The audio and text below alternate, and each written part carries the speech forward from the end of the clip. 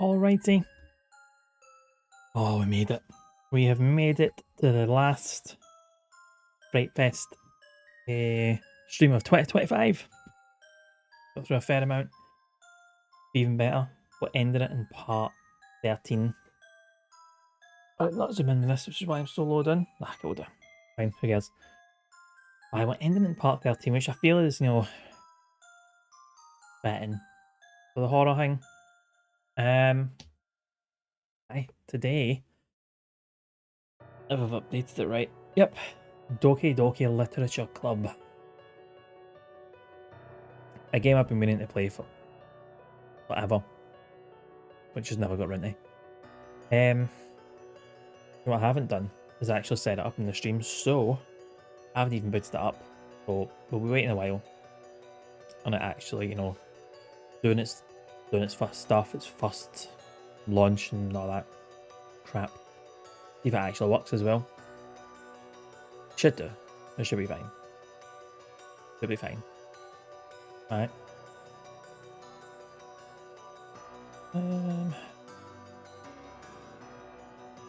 Right, let's see. Evening, Gherkin. Things are going good. Going good. How's yourself? Let's... Can it work?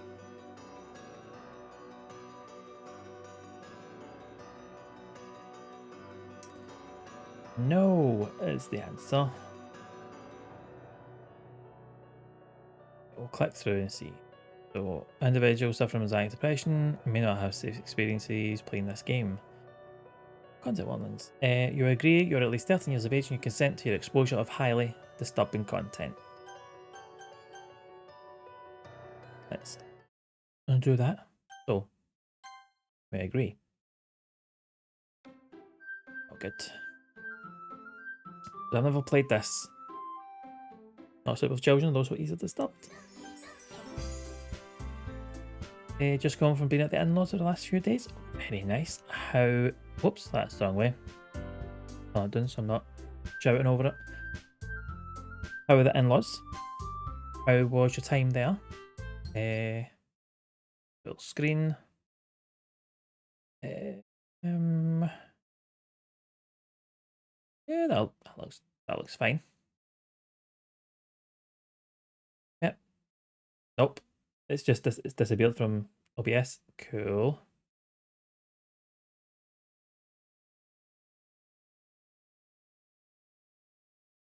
Right. There we are. All good. Everything's on stream. See everything. We can hear everything. We're all good. I've never played it. I know. I don't know how, but I have avoided anything to do with this. I don't know anything about it, like at all. But we're going to dive in, and we're going to give it a go. It's like it's good. I've only heard good things, and people say it's good, but anything spoilery. Enter my name, Mick.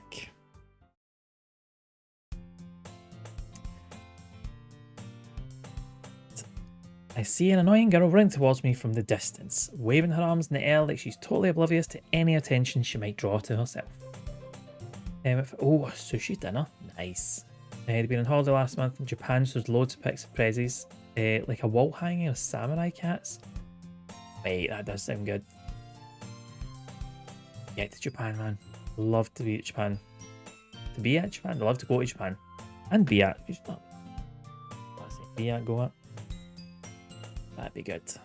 So they enjoyed it, and they're all nice and relaxed after the holiday. The girl is Sayori, my neighbour and good friend since we were children. You know, the kind of friends you'd never see yourself making today, but it just kind of works out because you've known each other for so long. We used to walk to school together on days like this, but starting around high school, she would oversleep more and more frequently, and I would get tired of waiting up. If she's going to chase after me like this, I almost feel better off running away. However, I just sigh and idle in front of the crosswalk and let Sayori catch up to me. I overslept again. I caught you this time. Maybe only because I decided to stop and wait for you. you say that? You say that like you were thinking about ignoring me. Mean Mick. Well, if people stay at you for acting weird, then I don't want them to think we're a couple or something. Fine, fine. You did wait for me after all. I guess you don't have it in you to be mean to me even if you want to. Whatever you say, Shiori.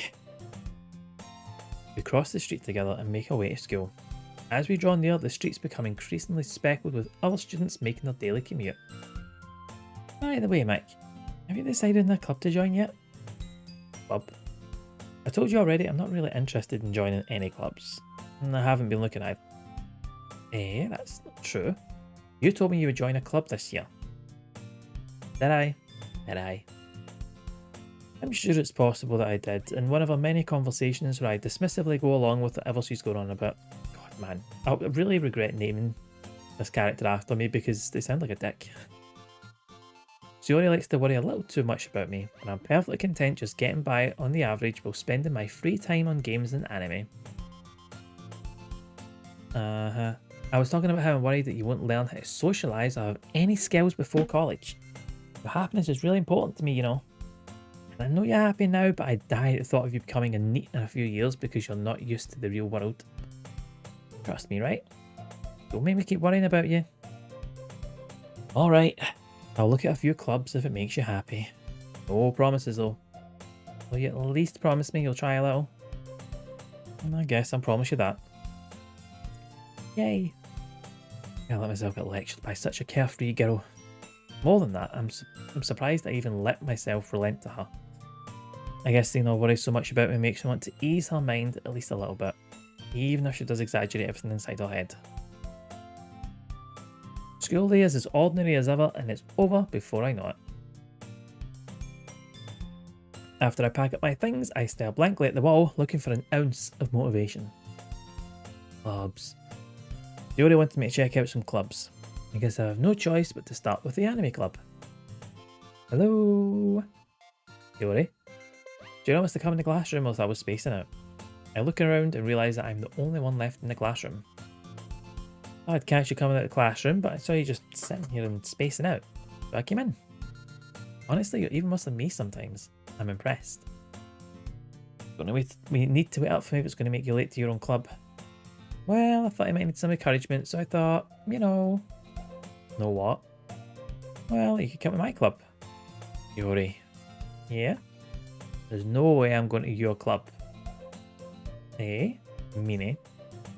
Shiori is vice president of the literature club. Not that I was ever aware that she had any interest in literature. In fact, I'm 99% sure she only did it because she thought it would be fun to help start a new club. Since she was the first one to show interest after the one who proposed the club, she inherited the title Vice President. That said, my interest in literature is guaranteed to be even less. Yeah, I'm going to the anime club. On, please. Why do you care so much? Well, I kind of told the club yesterday I would bring in a new member. And Natsuki made cupcakes and everything. Don't make promises you can't keep. Can't tell if Shiori is really that much of an airhead or if she's so cunning as to have planned all of this out. I let out a long sigh. Fine, I'll stop by for a cupcake, okay? Yes, let's go. I mean, to be fair, say if somebody's like, do you want to come to this club? If we're going to have cupcakes there, I'd be like, yeah, okay. Fine. And thus, today marks the day I sold my soul for a cupcake. I dejectedly follow Shiori across the school and upstairs, a section of the school I rarely visit, being generally used for third year classes and activities. Shiori, full of energy, swings open the classroom door. Everyone, the new member's here. Told you don't call me a new member. I glance around the room. Welcome to the Literature Club. It's a pleasure meeting you. Shiori always says nice things about you. Seriously, you brought a boy. Way to kill the atmosphere. Ah, Mick, what a nice surprise. Welcome to the club. All words escaped me in this situation. This club is full of incredibly cute girls. What are you looking at? If you want to say something, say it. Sorry. It's gay. The girl with the sour attitude, whose name is apparently Natsuki, is one I don't recognise. Small figure makes me think she's probably a first year. She's also the one who made cupcakes, according to Sayori. You can just ignore her when she gets moody. Sayori says that quietly into my ear, then turns back towards the other girls. Anyway, this is Natsuki, always full of energy. And this is Yuri, the smartest in the club. Don't say things like that. Yuri, who appears comparably more mature and timid, seems to have a hard time keeping up with people like Sayori and Natsuki. Well, it's nice to meet you both. And it sounds like you're reading Monica, is that right? That's right. Great to see you again, Mick. Monica smiles sweetly. We do know each other. Well, we rarely talked, but we're in the same class last year. Monica was probably the most popular girl in class. Smart, beautiful, athletic. Basically, completely up my league. So having a smile at me so genuinely feels a little... You too, Monica. Come sit down, Mick. I made room for you at the table, so you can sit next to me or Monica. I'll get the cupcakes. Hey, I made them. I'll get them. Right, a little too excited. How about I make some tea as well? The girls have a few desks arranged to form a table.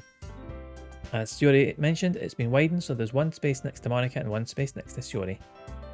Natsuki and Yuri walk over to the corner of the room, while Natsuki grabs a wrap tray and Yuri opens the closet. Still feeling awkward, I take a seat next to Sayori.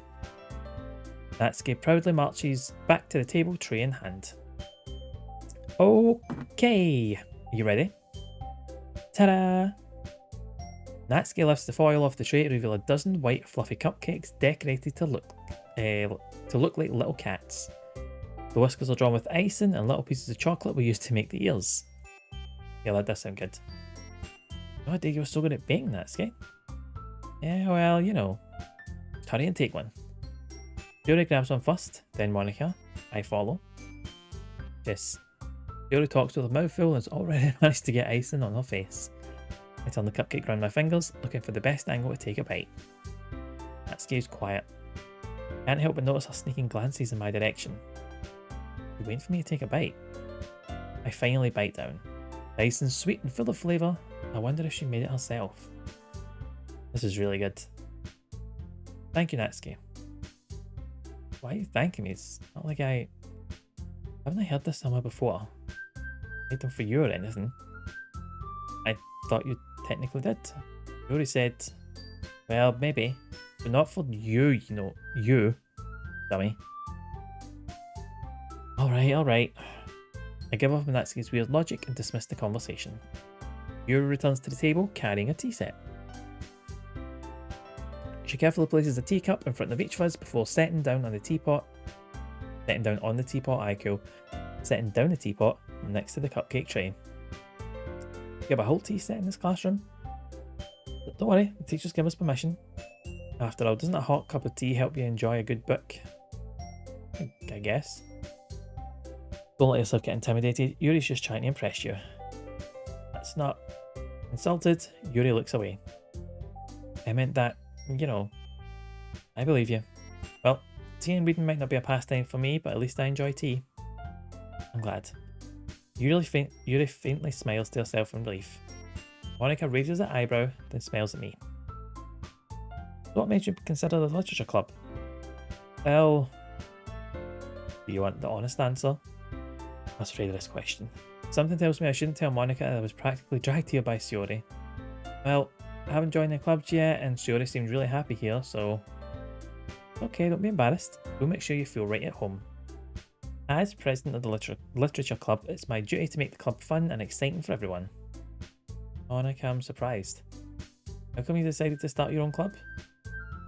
You could probably be a board member of any of the major clubs. Weren't you a leader of the debate club last year? Well, you know, to be honest, I can't stand all the politics around the major clubs. Feels like nothing but arguing about the budget and publicity and how to prepare for events. I'd much rather take some time I personally enjoy. I don't know why I'm getting these words. I'd much rather take something I personally enjoy and make something special out of it. And if it encourages others to get into literature, then I'm fulfilling that dream.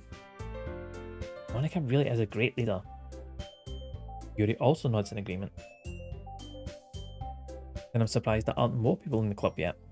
Must be hard to start a new club. You could put it that way. Not many people are very interested in putting out, or putting out all the effort to start something brand new, especially when it's something that doesn't grab your attention like literature. You have to work hard to convince people that you're both fun and worthwhile. To make school events like the festival that much more important. I'm confident we can all really grow this club before we graduate. Right, everyone? Yep, we'll do our best. You know it. Everyone enthusiastically agrees. Such different girls all interested in the same goal. Monica must have worked really hard to just to find these three. Maybe that's why they were also delighted by the idea of a new member joining. Though I still don't really know if I can keep up with the level of enthusiasm about literature. So Mike, what kind of things do you like to read? Well, considering how little I've read these past few years, I don't really have a good way of answering that. Manga? I mutter quietly to myself, half joking. Natsuki's head suddenly perks up. Looks like she wants to say something, but she keeps quiet. Not much of a reader, I guess. Well, that can change. I saying? Spoke without thinking after seeing Yuri's sad smile. Anyway, what about you, Yuri? Well, let's see. Yuri traces the rim of her teacup with her finger. My favourites are usually novels that build deep and complex fantasy worlds. The level of creativity and craftsmanship behind them is amazing to me. And telling a good story in such a foreign world is equally impressive. Yuri goes on, clearly passionate about her reading. She seemed so reserved and timid since the moment I walked in, but it's obvious by the way her eyes light up that she finds her comfort in the world of books, not people. Not the worst thing. But, you know, I like a lot of things. Stories with deep psychological elements usually immerse me as well. Isn't it amazing how a writer can so deliberately take advantage of your own lack of imagination to completely throw you for a loop? Anyway, I've been reading a lot of horror lately. Reach Yuri. I read a horror book once. I desperately grasp something I can relate to at the minimal level. At this rate, Yuri might as well be having a conversation with a rock. Really? I wouldn't have expected that, Yuri. Someone as gentle as you? I guess you could say that. But if a story makes me think, or takes me in another world, then I really can't put it down. Surreal horror is often very successful at changing the way you look at the world. Only for a brief moment. Ugh, I hate horror. Why is that? Well, Natsuki's eyes dart over me for a split second. Never mind. That's right, you usually like to write about cute things, don't you, Natsuki? What? What gives you that idea? You left a piece of scrap paper behind last club meeting. It looked like you were working on a poem called... Let's say it out loud. And give that back. Fine, fine. Your cupcakes, your poems. Everything you do is just as cute as you are. Yuri sidles up behind Natsuki and puts her hand on her shoulders. I'm not cute. Natsuki, you write your own poems. Well, I guess sometimes. Why do you care? Think that's impressive? Why don't you share them sometime? No. Natsuki averts her eyes. You wouldn't like them. Not a very confident writer yet. I understand how Natsuki feels. Sharing that level of writing takes more than just confidence. The truest form of writing is writing to oneself. You must be willing to open up to your readers, exposing your vulnerabilities, and showing even the deepest reaches of your heart. You have writing experience too, Yuri? Maybe share some of your work, you can set an example and help Natsuki feel comfortable enough to share hers. Guess it's the same for Yuri. Oh, I wanted to read everyone's poems. We all sit in silence for a moment. Okay, I have an idea, everyone. Natsuki and Yuri look quizzically at Monica. Let's all go home and write a poem of our own. The next time we meet, we'll all share them with each other. That way, everyone is even. Plus, now we have a new member, I think it will help us all get a little more comfortable with each other and strengthen the bond of the club. Isn't that right, Mick? Maybe. Monica smiles warmly at me once again. But hold on, there's still a problem. That. Now that we're back to the original topic of me joining the club, I bluntly came forth with what's been on my mind the entire time. I never said I would join the club. Yuri may have convinced me to stop by, but I never made any decision. Still have other clubs to look at, and I lose my train of thought. No one's happy. All four girls stare back at me with dejected eyes. What? I'm sorry, I thought. I'm defenseless against these girls. How am I supposed to make a clear-headed decision when it's like this? As if writing poems is the price I need to pay in order to spend every day with these beautiful girls. Right. Okay, I've decided then. I'll join the literature club. One by one, the girl's eyes light up. So happy, Jory wraps her arms around me, jumping up and down.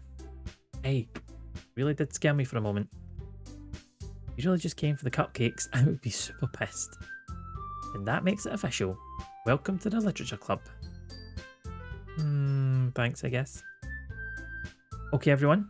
I think with that, we can officially end today's meeting on a good note. Everyone remember tonight's assignment. Write a poem to bring the next meeting so we can all share. Monica looks over at me once more. Nick, I look forward to seeing how you express yourself. Yeah, cool. Brilliant. Can I really impress the class star Monica with my mediocre writing skills? I already feel the anxiety welling up inside me. While the girls continue to chit-chat as Yuri and Natsuki clean up their food. Well, since we're already here, do I walk home together? Yep, Zioria, that's right. Zioria and I never walk home together anymore because she's always stayed after school for clubs. Might as well. Way to remain non-committal. Fine, whatever. With that, the two of us depart the club room and make our way home. The whole way, my mind wanders back and forth between the four girls. Yuri, Natsuki, Yuri, and of course Monica.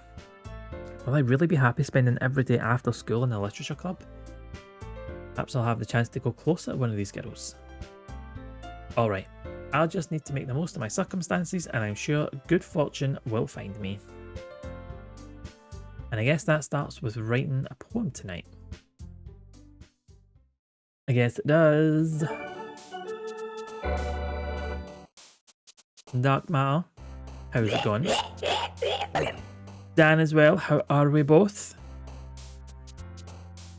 Sorry, 2 secs, I'm just trying to sort this. Right. How are we both? Who's looking forward to being hauled out this ween? Always Dark Matter. Every year. Mark it in the diary. Betty first. Followed. Must. How your day's been? Been up to much? Do with a quick hollowing. See? Dan's up for it. Time to write a poem. Pick words you think your favourite club member will like. Something good might happen with whoever likes your poem the most.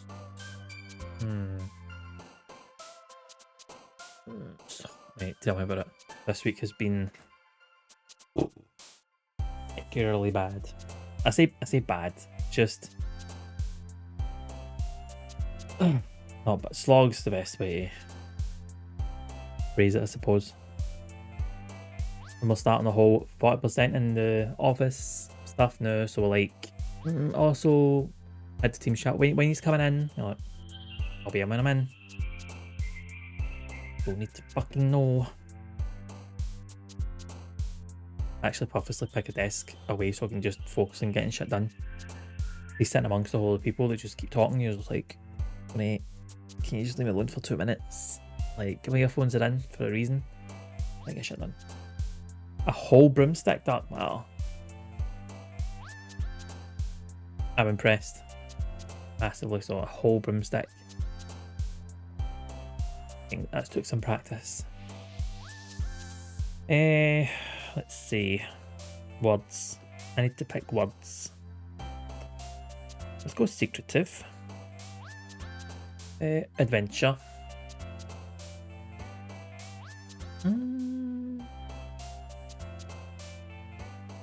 Comfort. Dark. Unending. Lag delay, be right back. Not a problem, Dark Matter. Graveyard. Infinite. Good. Ooh, let's go Wrath.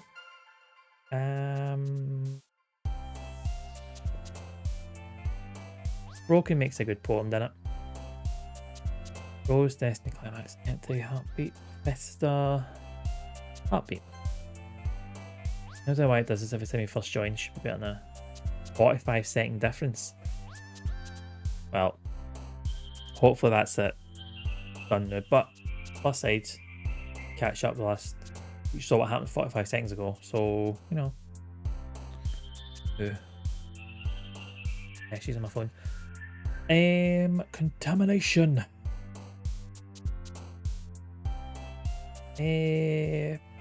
Frightening.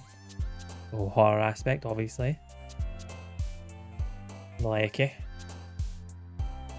giggle, love, explode, blanket, hope, spinning, kiss, bouncy, pout. LA. Summer, defeat, and congruent. Hair, intellectual, family, playground, imagination, scut, anger. Imagination. Amazing, suicide, bliss, effulgent, grief, dream, sensations, swimsuit, shopping, lipstick. Oh. I think what would make a good poem out of all these? Scut, anger, good advice. Let's go dream. Vibrant, uncanny, embrace, marriage, analysis, daydream, rainbow, incapable, pink, depression. Let's go uncanny. Dance, entropy, sugar, misery, fantasy, cheer, holiday, extraordinary, excitement alone. Fantasy. Straight up inferno. Essence, melancholy, death, sweet, fireworks, kawaii, uncontrollable, flee, twirl, silly. Let's go melancholy. Nice and... Well, melancholy is actually a bit more and chill, isn't it? Hi again, Mick. Glad to see you didn't run away in us. Don't worry. This might be a little strange for me, but at least I kept my word. Well, back at the Literature Club. I was the last to come in, so everyone is already hanging out. Thanks for keeping your promise, Mick. Hope this isn't too overwhelming of a commitment for you. You dive headfirst into literature when you're not even accustomed to it. Oh, like he deserves any slack. So you already told me you didn't even want to join any clubs this year. And last year too. I don't know if you plan to come, just come here and hang out or what. If you don't take us seriously, you won't see the end of it.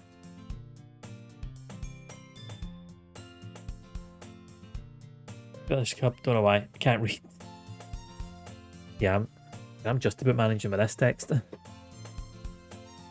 Natsuki, you starting to have a big mouth for someone who keeps a manga collection in the club room. Natsuki finds herself stuck between saying Monica and manga. Manga is literature. Swiftly defeated, Natsuki plops back into her seat.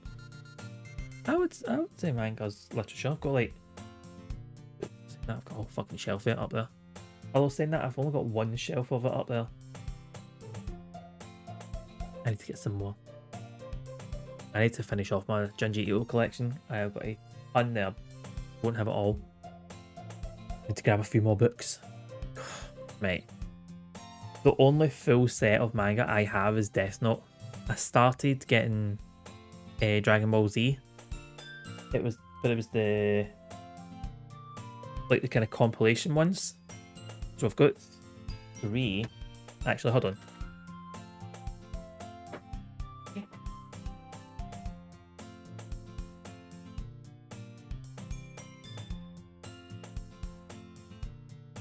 It's 3. Right, so but the first 3 of that, but now I can't find any, so I'm stuck at 3, which I think only takes us up to the halfway through the Frieza saga. Aye, takes us up to introduction of the Ginyu Force.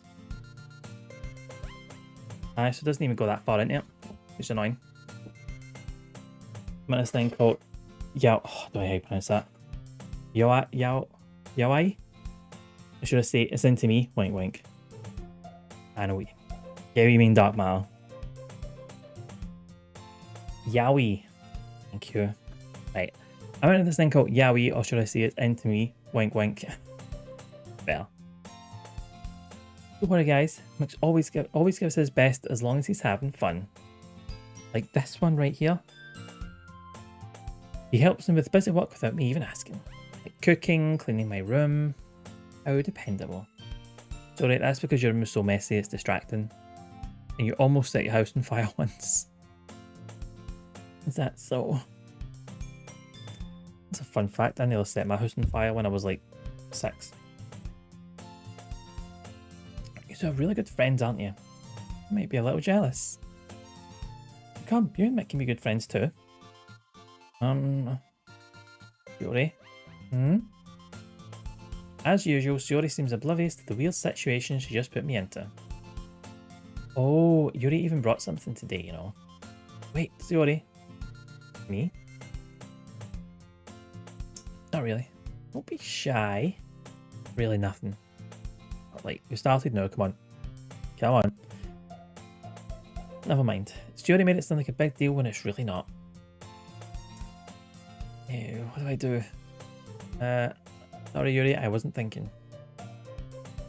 Yes, it means it's up to me to rescue this situation. Hey, don't worry about it. First of all, I wasn't expecting it in the first place. Any nice gesture from you is a pleasant surprise. It'll make me happy no matter what. That's so? Yeah, I won't make a big deal if you don't want it to be. Alright. Well, here. Yuri reaches into her bag and pulls out a book. I didn't want you to feel left out, so I picked out a book I thought you might enjoy. It's a short read, so it should keep your attention even if you don't usually read. And we could, you know, discuss it if you wanted. This is... How is this girl accidentally being so cute? She even picked up a book she thinks I'll like, despite me not reading much. Yuri, thank you. I'll definitely read this. I enthusiastically take the book. Here. Well, you can read it at your own pace. I look forward to hearing what you think. Now that everyone's settled in, I expected Monica to kick off some scheduled activities for the club. That doesn't seem to be the case. Zuri and Monica are having a cheery conversation in the corner. Yuri's face is already buried in the book. Can't help but notice her intense expression, like she was waiting for this chance. Meanwhile, Natsuki is rummaging around in the closet. I'm really curious to talk to Yuri a little bit more, but at the same time I would feel bad for distracting her from her reading. I catch a glimpse of the cover of her book. It looks like the same book that she lent to me. More than that, she seems to be on the first few pages. Crap. I think she noticed me looking at her. She sneaks another glance at me and our eyes meet for a split second. That only makes her hide her face deeper in her book. Sorry, I was just spacing out. I mutter this, sensing I made her uncomfortable. Oh, it's fine. If I was focused, then I probably wouldn't have noticed in the first place. But I'm just reading a bit of this, so... That's the book you gave me, right? Mm-hmm. I wanted to reread some of it. For any particular reason. Just curious how you have how come you have 2 copies of the same book? Well, I stopped by the bookstore yesterday. That's not what I meant. I mean, I just happened to buy 2 of them. I see. There's something fairly obvious here that Yuri isn't telling me, but I decided to let it go. I'll definitely start reading it soon. I have a reading joke that I need to pass by you first. Okay. I'm glad to hear. Once it starts to pick up, you might have a hard time putting it down. Very engaging and relatable story. Is that so? What's it about anyway? Well, Yuri closes the book and scans her eyes over the back. The book is titled Portrait of Markov. There's an ominous looking eye symbol in the front cover. Alright, I want to make sure I didn't accidentally give anything away. Basically, it's about this girl in high school who moves in with her long lost younger sister. But as soon as she does so, her life gets really strange. She gets targeted by these people who escaped from a human experiment prison. And while her life is in danger, she needs to desperately choose who to trust. No matter what she does, she ends up destroying most of her relationships and her life starts to fall apart. That's kind of dark. Yuri made it sound like it was going to be a nice story, so that dark turn came from nowhere. Yeah, I like the sound of that. This kind of books Yuri's into, I would take any recommendation. Please read this.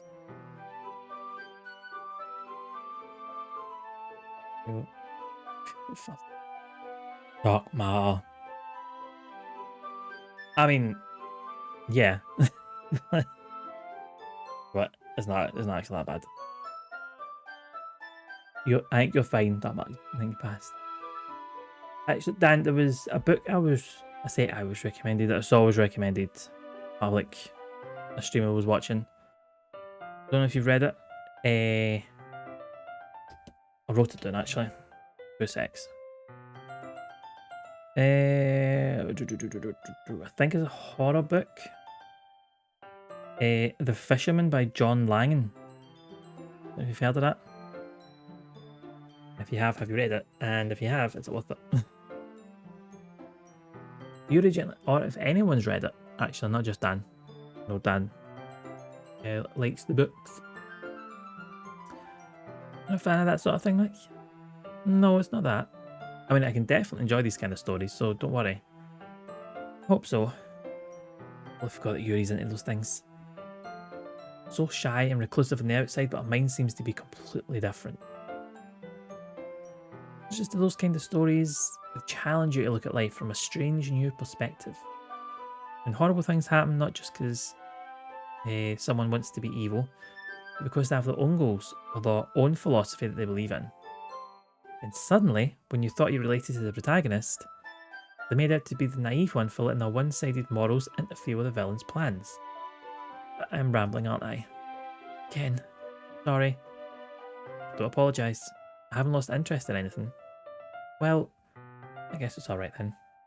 But I feel I should let you know that I have this problem.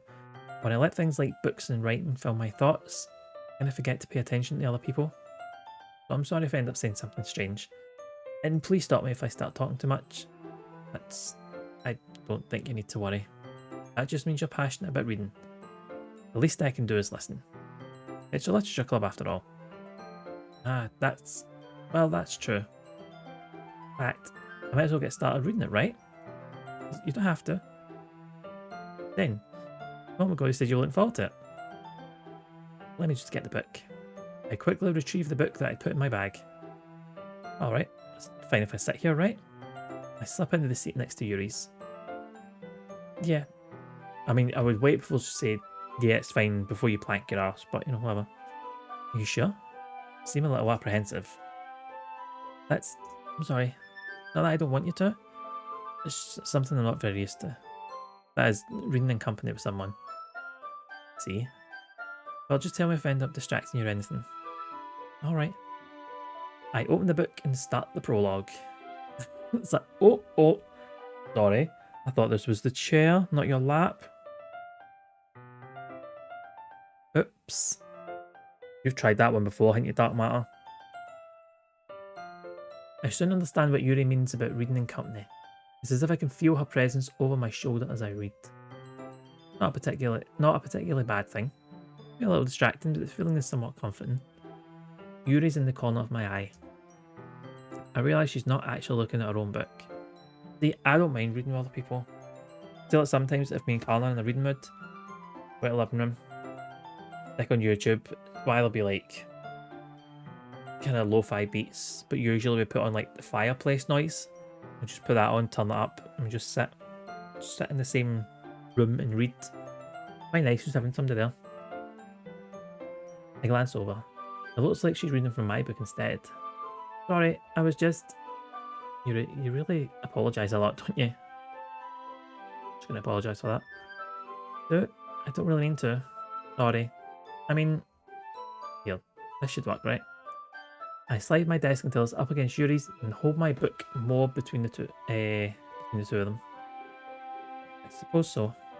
Yuri timidly closes her own copy. Once we each lean in a little bit, our shoulders are almost touching. I feel as my left arm is in the way, so I instead use my right hand to hold the book open. I guess it kind of makes it difficult to turn the page. Here. Yuri takes her left arm and holds the left side of the book between her thumb and forefinger. Reminds of me fumbling at 13, 14 years old. The girl would constantly tease me. One day she goes, "You're sitting in my seat." And I go, "This is nobody's seat." And she sits in my lap for 2 minutes. 2 minutes. And yes, there were other clothes and she was very odd, man.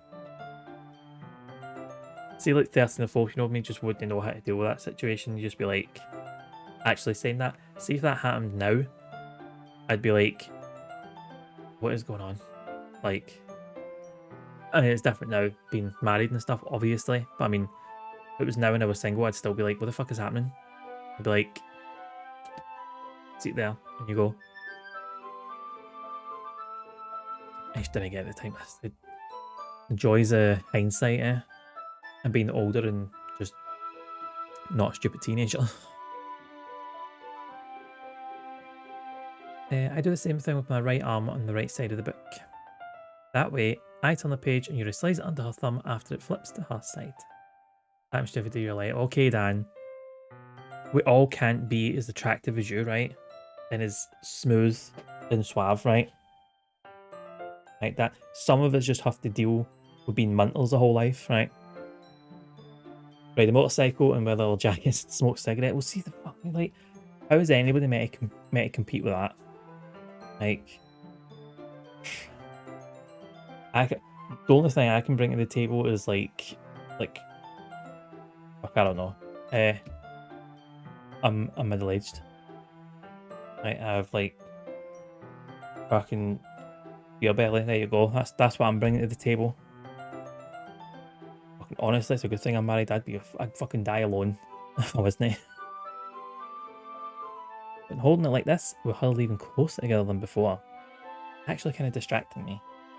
As if I can feel the warmth of Yuri's face and she's in the corner of my vision. You ready? Okay, to turn the page. Sorry, I think I got a bit distracted for a second.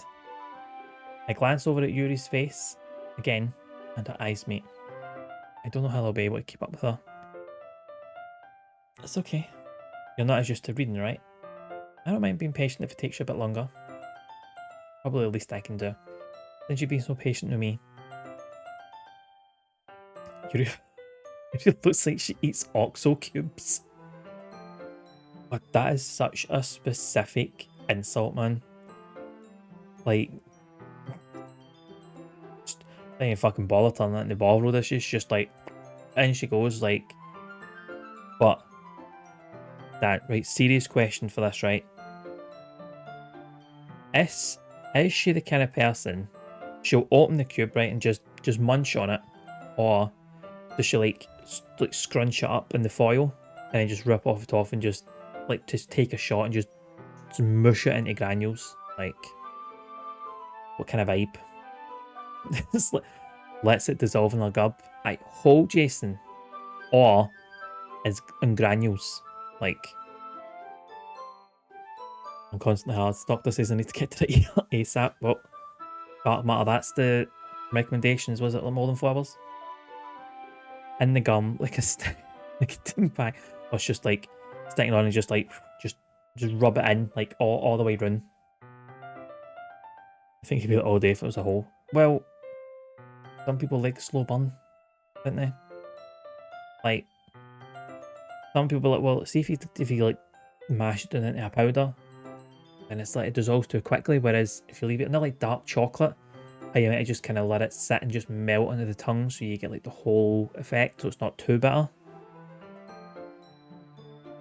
But like Dan saw, it's just like in the gum line, just smearing it. It's got this like permanently stained bit at like the bottom and top of your jaws. It's just like OXO coloured. Rest fucking honking and all. How you doing, Jason? A slow burn sounds nice until chlamydia. Luckily, OXO doesn't lead to chlamydia. I mean, it might actually. Because this character here, this Mick one, might be like, oh yeah, what, I like a bit of OXO cube taste. Just get in amongst that. But permanent taste in Yuri's mouth. I don't know. We continue reading. Yuri no longer asks me if I'm ready to turn the page. How are you doing, by the way, Jason? Hello. Instead, I just assume that she finishes the page before me, so I turn it by my own volition. I get the sense you thought about this OXO cube question before. You came at it with hypotheticals prepared. I just know how to use my OXO cubes, Dan, that's all. Right?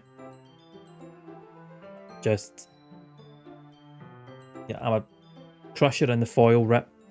Say that, like, I think it was a cooking program I saw recently where somebody, like, they take it out and they just mash it up in the fingers, and I'm like, you just mash it up in the foil. Mash it up, rip.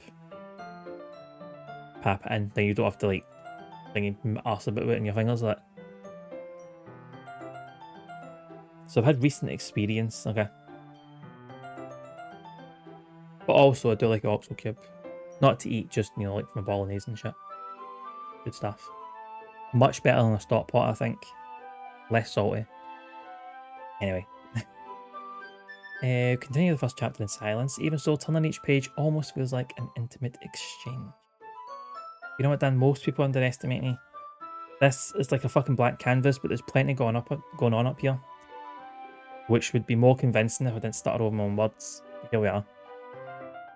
My thumb gently letting go of the page, letting it flutter over to her side as she catches it under her own thumb. Plenty going up in it.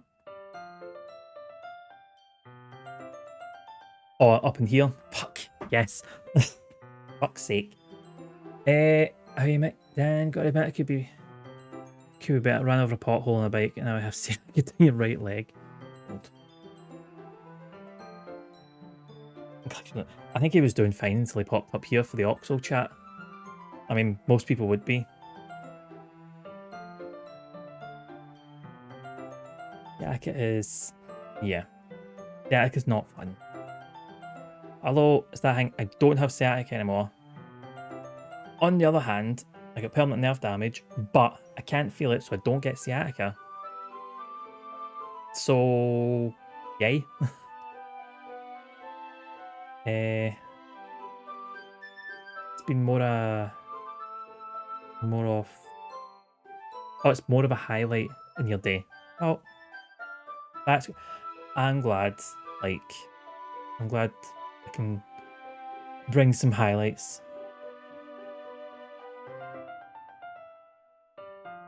I remember. So, you know, you're chatting a Thongman stream, and I'm like, sitting there looking at it like, try to decipher this. Actually, I'm trying to decipher it before you correct it. And I get to see if I'm right. I had a very slow afternoon. Swings around about as long as your mobility's okay. It's there. I can't run out. I can't run now for some reason. But I never ran anyway.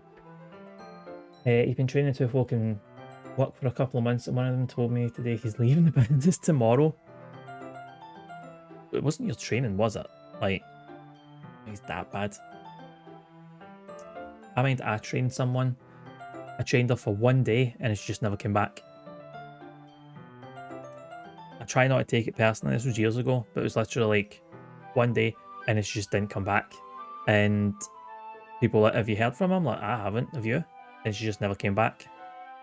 Nobody in work ever heard from her again. That was fun. Might not have helped, but people said today, you're like, see if he's leaving, why is he still going through the training? You just be like, I don't, not Jason, I don't need this, I'm leaving, so focus on this one. Wasn't like, no, it wasn't an accident, because we eventually followed up with, what was the company? Pertemps, and they were just like, oh, actually, we eventually got hold on. She doesn't want to. And you're like, okay. Would have been good if we told us, but cool. Training's such a fuck commitment. My dream is to have a new job every few months, get trained up, then leave. Oh, good in it. See if you could, honestly, like, it would be a good way to fill your time. See if you like won the lottery, and you're just feeling a bit bored. Like, you know what? I'll apply for this job and then just wait till I'm fully trained. Then the day before, be like, oh, I'm away, by the way. I'm gone. I'll catch you. Just way off my head and just don't bother. Mate, my job was piss easy. That wasn't it. Which is why I try not to take it personally, because there was nothing about that job that was difficult. Maybe it was because of that, it was probably too boring. Just apply for a job for the bus. I apply for a job, be the absolute best in the interview, and when they're like, we cannot wait to have you in this team, just go, Nah, pass. Nah, didn't like the vibes. Bye. When I was sex toy tester. There you go. Fuck. I forgot I've got money. I don't need to work with you plebs. Bye. And I'd have one woman working on my team. And I remember there was something, I mean, just there's something off about someone. You're just like, I can't quite put my finger on what it is. And then I realised it's like, she's just taking the piss for this job and I don't know what the fuck the problem is. And then she said to us one day, he's like, do you know what? I don't really need to be here. My husband's extremely wealthy and I just do this because I'm bored. And I'm like, I'm going to shove you in the stair. So like, pissed away my fucking time training you. And you're just like, I don't need to be here. Just, no, something to fill my day. And you're like, could you get a fucking hobby?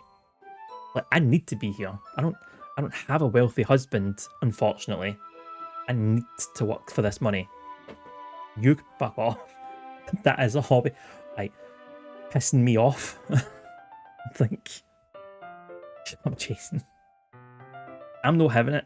If somebody's hobby is pissing me off, I will shame them. That will be my hobby.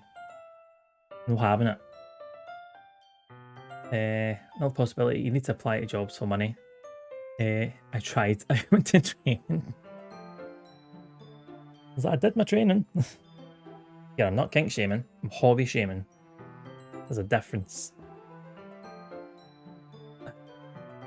There we go. Hey, Yuri. Might be a silly thought, but the main character kind of reminds me of you a little bit. I think so. How does she? Well, I guess she's more kinky hobbies exist. Pissing me off is not a kinky hobby.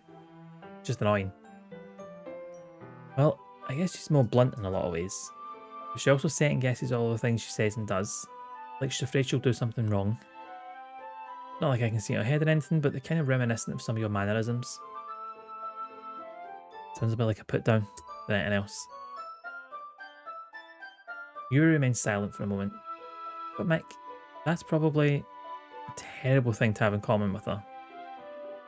It's so embarrassing that you think that. Wait, I didn't mean it in a bad way.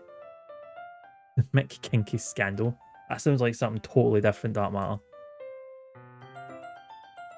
Sorry, I really didn't know you're self-conscious about that sort of thing. I guess the more meant that it's kind of cute. You're saying all of a sudden. Okay, everyone. Aye, well fucking done, Monica. I think it's about time we share today's poems with each other. Might not have enough time if we wait too long. Yuri exhales, spelled from finishing her thought. Is that alright, Yuri? Look kind of down. Sorry if you haven't been looking forward to this. Oh, it's fine.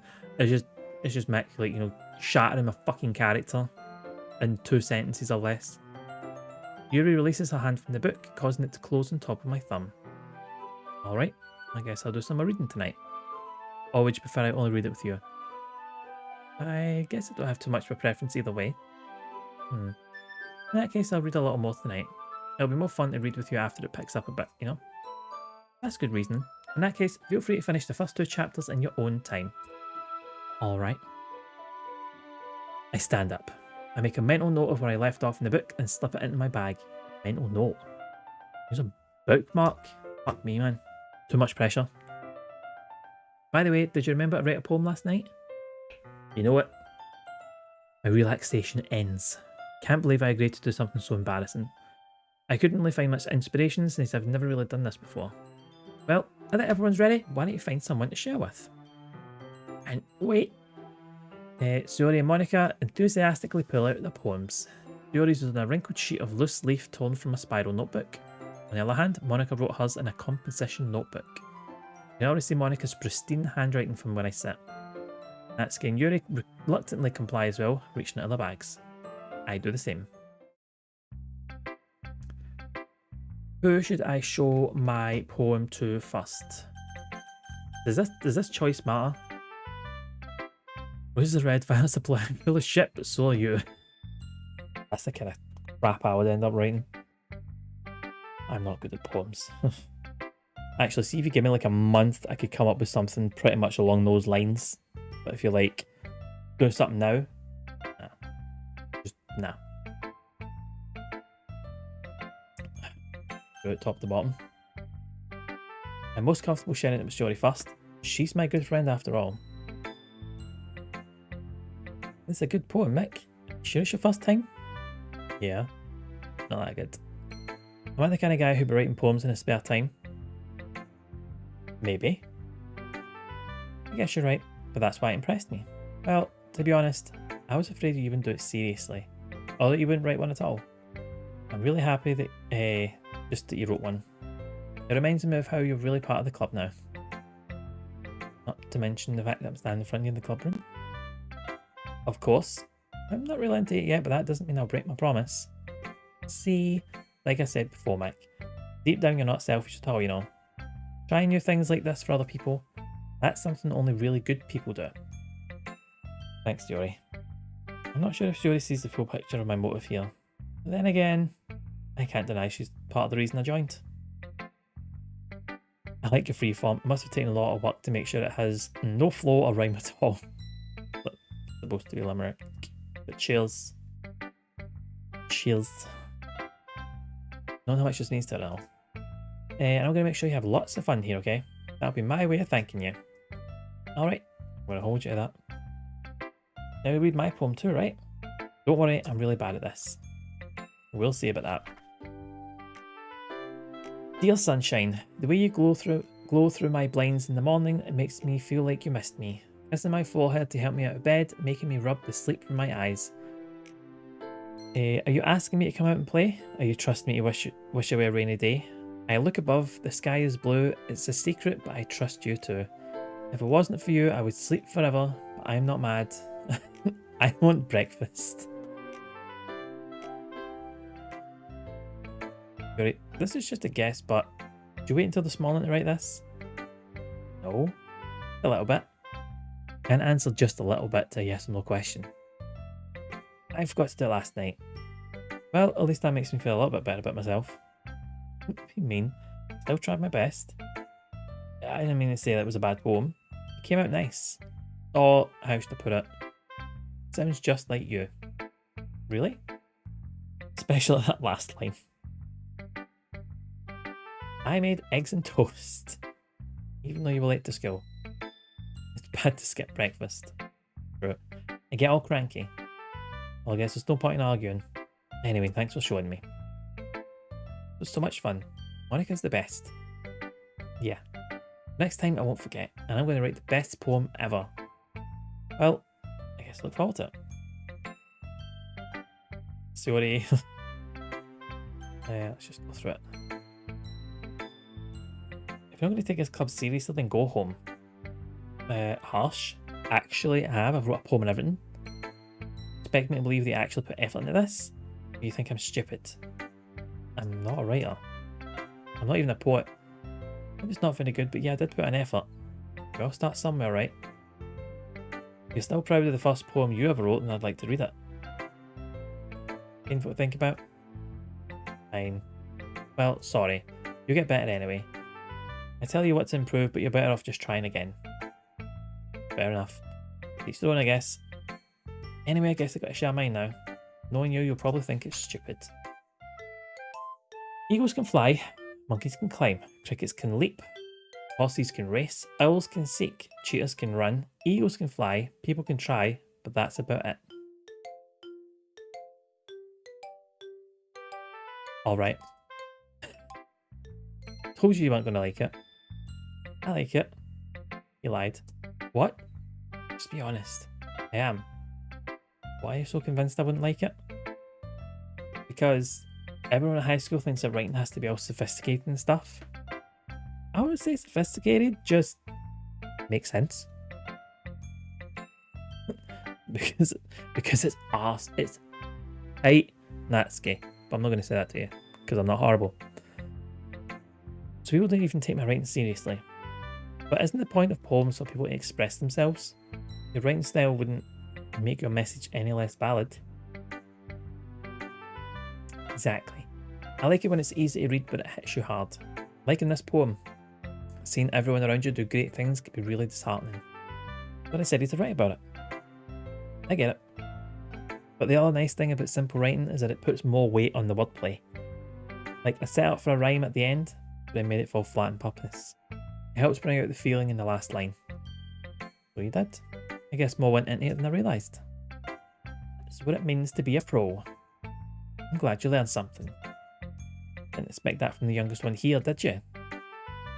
Guess not. I decided to humour her with that last comment. I don't really care how old everyone is, but if Natsuki is feeling proud, then I won't take it away from her.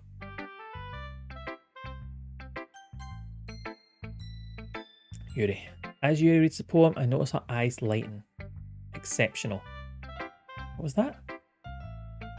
Did I say that out loud? Yuri first covers her mouth, but then ends up covering her whole face.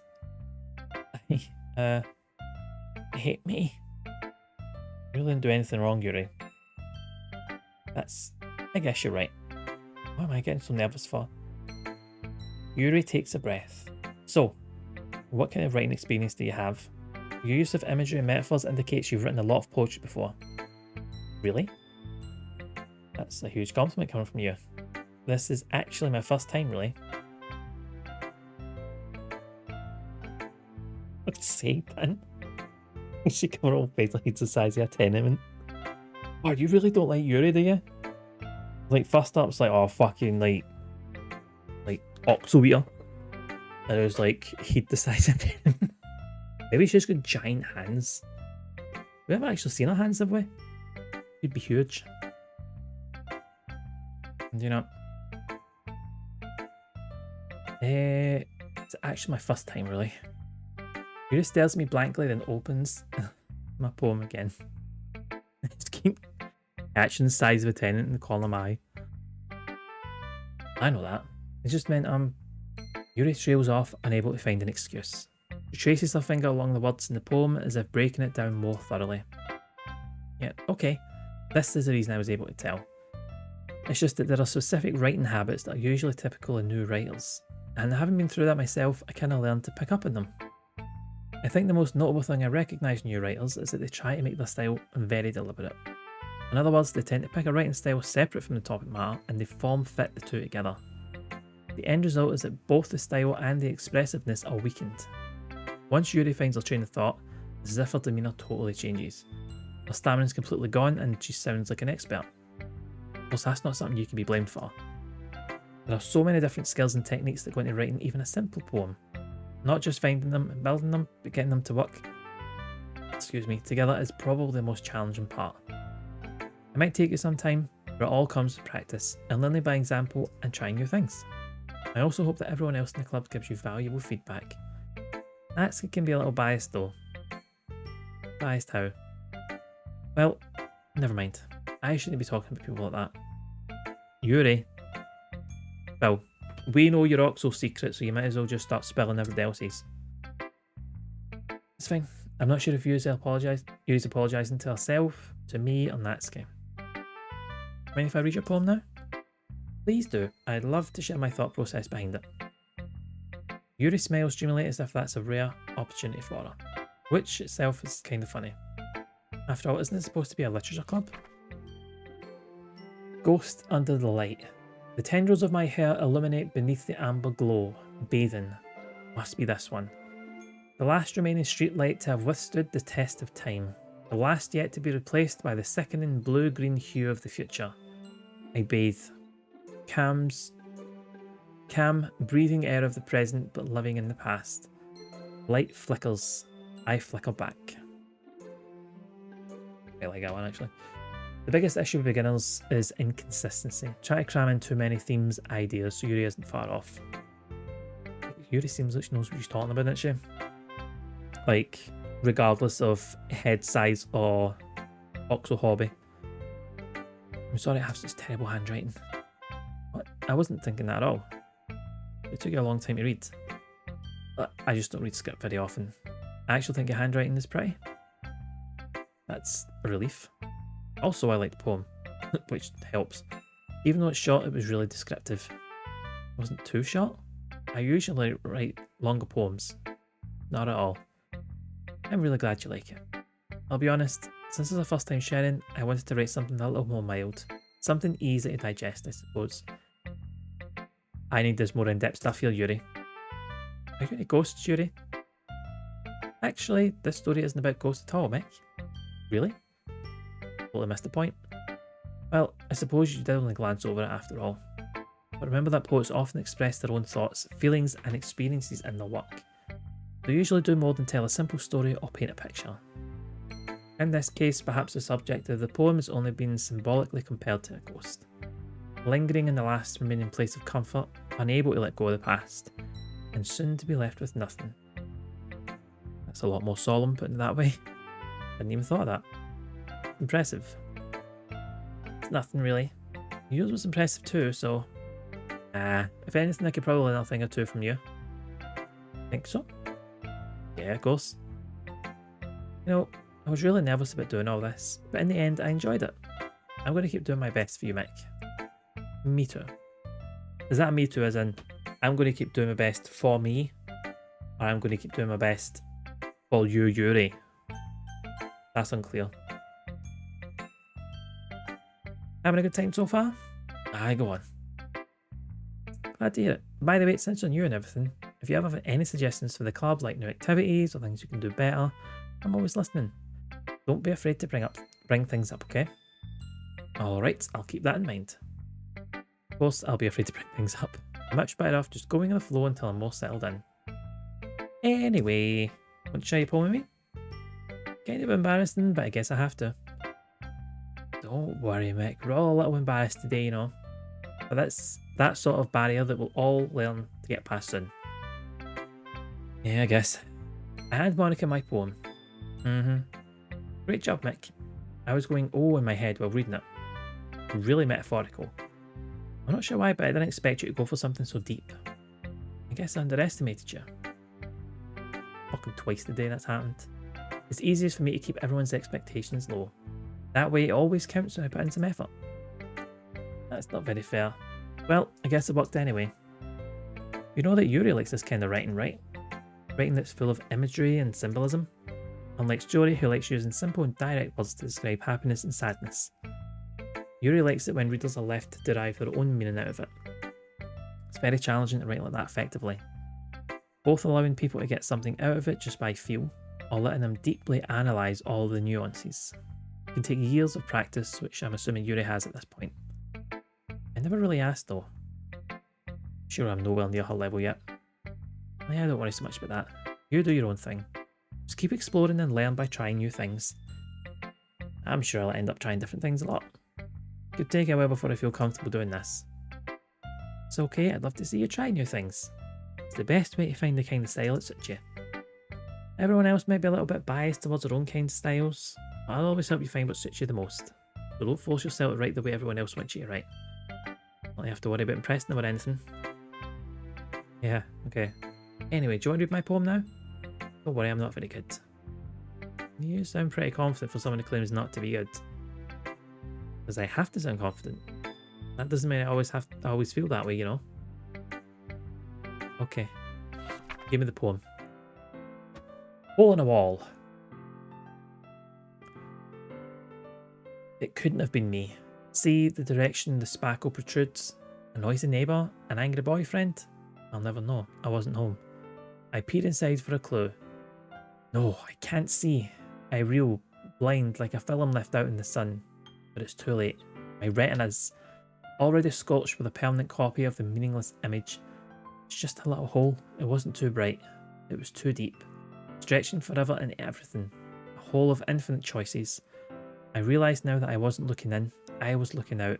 And he, on the other side, was looking in. That's a bit... Okay. What do you think? It's very freeform, if that's what you call it. Sorry, I'm not really the right person to ask for feedback. Okay, yeah, that kind of style's got pretty popular nowadays. That as a lot of poems have been putting emphasis on the timing between words and lines. When performed out loud, it can be really powerful. What was the inspiration behind this? Well, I'm not sure if I know how to put it. I guess you could say that I had some kind of epiphany recently. It's been influencing my poems a bit. An epiphany? Yeah, something like that. I'm kind of nervous to talk about deep stuff like that because it's kind of coming on strongly. Maybe after everyone is better friends with each other. Anyway, here's Monica's handwriting tip of the day. Sometimes when you write a poem or a story, your brain gets too fixated on a specific point. If you try so hard to make it perfect, you'll never make any progress. Just force yourself to get something down on the paper and tidy it up later. Another way to think about it is this. If you keep your pen in the same spot for too long, you'll just get a big dark puddle of ink. So just move your hand and go with the flow. My advice for today. Thanks for listening. Cheers, Monica. Guess that's everyone. I glanced around the room. That was a little more stressful than I anticipated. It's as if everyone is judging me from my mediocre writing abilities. Even if they're just being nice, there's no way my poems can stand up to theirs. Constraints actually help too. Give us a one clear goal if you're stuck. That's it exactly. So even if it's just like write 2 more lines, write 1 more line if you're writing obviously. Just a small goal, all you need. This is a literature club after all. I sigh. I guess that's what I ended up getting myself into. Across the room, Sayori and Monica are happily chatting, and my eyes land on Yuri and Natsuki. They gingerly exchange sheets of paper, sharing their respective poems. As we read in tandem, I watch each of their expressions change. Natsuki's eyebrows furrow in frustration. Meanwhile, Yuri smiles sadly. This language. Did you say something? It's nothing. Natsuki dismissively returns the poem to the desk with one hand. I guess you could say it's fancy. Thanks. Yours is cute. Cute. Did you completely miss the symbolism or something? It's clearly about the feeling of giving up. How can that be cute? I know that. I just meant the language, I guess. I was trying to say something nice. You mean you have to try that hard to come up with something nice to say? Things are fracturing. Thanks, but it really didn't come out nice at all. Well, I do have a couple of suggestions. If I was looking for suggestions, I would have asked someone who actually liked it. Which people did, by the way. Yori liked it, and Mick did too. So based on that, I'll gladly give you some suggestions of my own. First of all, excuse me, I appreciate the offer, but I've spent a long time establishing my writing style.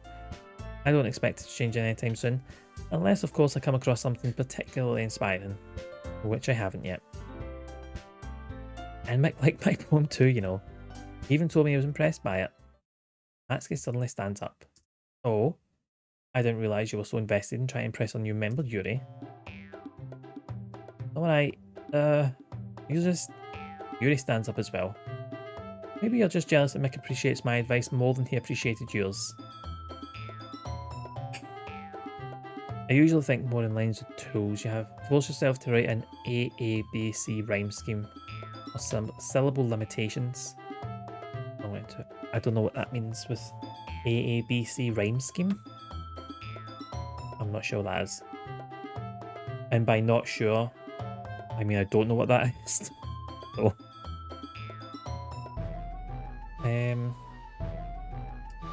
Are you going to read my advice more? Are you that full of yourself? No. A rhyme with each other and B and C don't rhyme with anything. What's this? Oh, right. Okay, I've got you. Thanks both. I'm with you now. Nice. I think I'm going to notice that in songs more now. If they do that, if it's in songwriting. So I'm going to notice now. I never click with poetry. It's not for my brain. I've read some poetry. Some it's I wouldn't go out my way to read it, but if I come across it, like if it's like on TikTok or something, or something's posted, I have a read and be like, seems nice enough. Like, might not fully grasp the kind of nuance of it, but yeah. You listen to poetry, but the overlap with songwriting is strong. They're both like songs in their own way, aren't they? One kind of less so with poetry, but They're quite the kind of similar, like a similar format. So makes sense because it's kind of crossover. If I was full of myself, I would deliberately go out my way to make everything I do overly cutesy. Except for freeform, obviously. We've established. I was thinking of writing it specifically, but yeah, never as interesting as narrative writing. I think, yeah, I'm more into narrative than poetry. Also have very little interest in writing. I don't think I've got the brain for like writing things like books and poetry and that kind of thing. Read it and understand it, get context, nuance, and all that kind of thing. Writing, always very impressed when like if somebody like writing stuff. So like damn your books that matter of like if you do songwriting and stuff like that, you're like it just always impresses me. You're like never do that. Much respect for people that do. Sounds like being active. Fair. Fair. You know what? I wasn't the one whose boobs magically grew a size bigger as soon as Mick started showing up. Excuse me. That's a bit. So this doesn't involve you. I don't like fighting, guys. Suddenly, both girls turned towards me as if they just noticed I was standing there. She's trying to make me look bad. Not true. She started it. If she could get over herself and learn to appreciate that simple writing is more effective, then this wouldn't have happened in the first place. What's the point in making your poems all convoluted for no reason? The meaning should jump out of the reader, not force them to have to figure it out. Help me explain that to her, Mick. I don't like him in the middle here. I like concept albums. Takes me a few listens to follow through. I see, like with that, I'm fine with that, the kind of storytelling and songs and stuff like that, but I'm the same. I would like, I need a. Let me just go through this a couple of times before it like clicks. Make a boobs expand, like, no. Padding, possibly. I'm not going to think too much about it, but you know, possibly. There's a reason why somebody deep in experience in a language. It's the only way to convey complex feelings and meaning most effectively. Avoiding them is not only unnecessary limiting yourself, it's also a waste. You understand that, right? Well, I think I tried to enter this in the first place. It's not like I know anything about writing. But whoever I would agree with, they'll probably think more highly of me.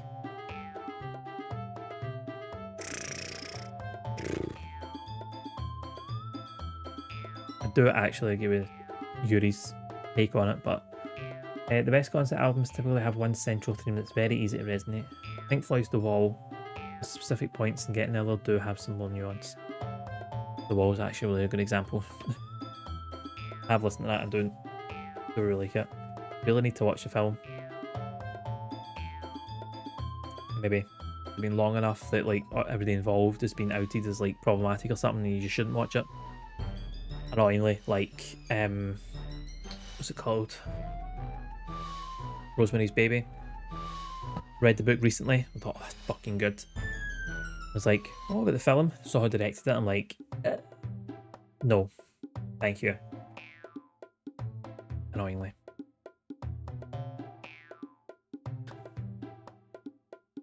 The book is good. Love the book. I would just like to see it in film and see how it's like kind of translated over. But then not that desperate to see it. But like XIII isn't a baddie. No, it's director. What's his name? Not the writer, the director of the film. Polanski, that's it. I was like, don't tell me I'm fucking getting this wrong. Yeah.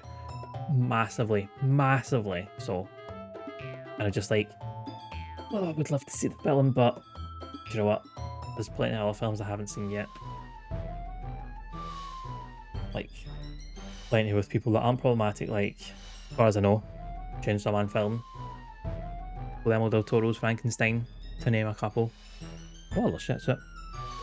The one about the dog, good boy. See, plenty, there's three off the top of my head that I've still to see. Sorted. I'm going to go with the Oxo Muncher. You write that I liked your poem. Wait, that's not an excuse for you to be so mean. You shouldn't pick a fight just because someone's opinion is different. A little bit. Yuri wouldn't even take my poem seriously. I understand. Yuri, you're a seriously talented writer. It's no secret that I was impressed. But here's the thing. No matter how simple or refined someone's writing style is, they're still putting feelings into it and it becomes something really personal. That's why Natsuki felt itself threatened when you said a poem's cute. I didn't notice that. I'm sorry. Natsuki, you took it way too far. Yuri means well, and if you just told her how you felt, then this wouldn't have happened in the first place. Are you kidding? That's exactly what I did. It was her that... Natsuki, I think that's enough. You both said some things you didn't mean. Yuri apologised. Don't you think you should too? She clenches her fist. Clenches her fists. In the end, nobody is taking her side. She's trapped at this point being defiant only because she can't handle the pressure. I end up feeling bad for her. Sometimes when I'm hurt, it helps to walk and clear my head. Yuri, she doesn't need to... You know what? I'm going to do that. It'll spare me from having to look at all your faces right now. Without warning, Natsuki snatches her own poem up from the desk and storms out. On her way out, she crumps up the poem with her hands and throws it in the trash. Really didn't need to do that. I look across the room. Yuri has her chin buried in her hands while she stares down at her desk. I gingerly approach her and sit in an adjacent chair. Everything alright? I'm so embarrassed. I can't believe I acted like that. You probably hate me now. No, Yuri. How could anyone not have gotten frustrated after being treated like that? You handled it as well as anyone could. I don't think any less of you. Alright, I believe you. You're too kind. Thank what have you as part of this club. Listen, one more thing. One thing that Natsuki said about, you know, your poem writing. We talk about Yuri. Yuri, spell it out here. Come on. I would never do that, so... What thing did Natsuki say? Never mind that. I'm gonna go make some tea. Good idea. Make enough for more than one person, okay? Missed any chatter directed my way. Got a phone call. Oh, apologies. I was at Apollo. Who's that? Oh, talk about... Actually, let's talk about Rosemary's Baby. About how I liked the book. I was saying how I wanted to see The Wall. Like, to see how that translates over. And I was like, another film I want to see is Rosemary's Baby because the book was good, but then... Told you director, so we don't. Okay, everyone, it's just about time for us to leave. How do y'all feel about sharing poems? A lot of fun.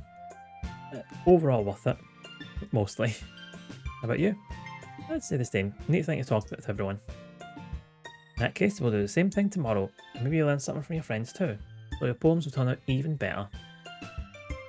Think to myself. I did learn a little more about the kinds of poems everyone likes. With any luck, that means I can at least do a better job impressing the ones I want to impress. I nod to myself with newfound determination. Nick, ready to walk home? Let's do it. Yuri beams at me. Truly has been a while since Yuri and I have spent this much time together. Can't really say I'm not enjoying it either. What's all wrong with Yuri? I know what happened earlier. What do you mean? You know, between Yuri and Natsuki? That kind of thing happen often? I don't know, that's really the first time I've seen them fight like that. Thomas are both wonderful people. You don't hate them, do you? No, I don't hate them. Just what your opinion, that's all. I can see why they make good friends with you. You know, Mike, it's nice that I get to spend some time with you in the club. I think seeing you get along with everyone is what makes me the happiest. And I think everyone really likes you too. It's, every day is going to be so much fun. Looks like Shiori still hasn't caught on to the kind of situation I'm in. Sure, being friends with everyone is nice, but does it really need to stop there? Loud. We'll just have to see what the future holds, Shiori. Pat Shiori on the shoulder. I say that more to myself than to her, but it's easy to use Shiori as an internal monologue sometimes. Yeah, let's do this. The movie's excellent. Of course, it's slightly different from the album, but it really cements the main point. And some of the stuff you might be unclear about in the album will be very evident in the movie. We kind of think so, would it been like more... Excuse me, like more visual. Some people like visually better. time.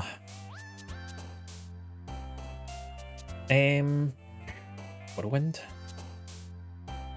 Extreme Infallible Swimsuit. Alone Marriage Tears. Unrestrained Nibble. Nightgown. Dazzle. Fallible, I think. Unrequited Effulgent Chocolate Cambrath. Question. Melancholy. Romance. Atone. Lion.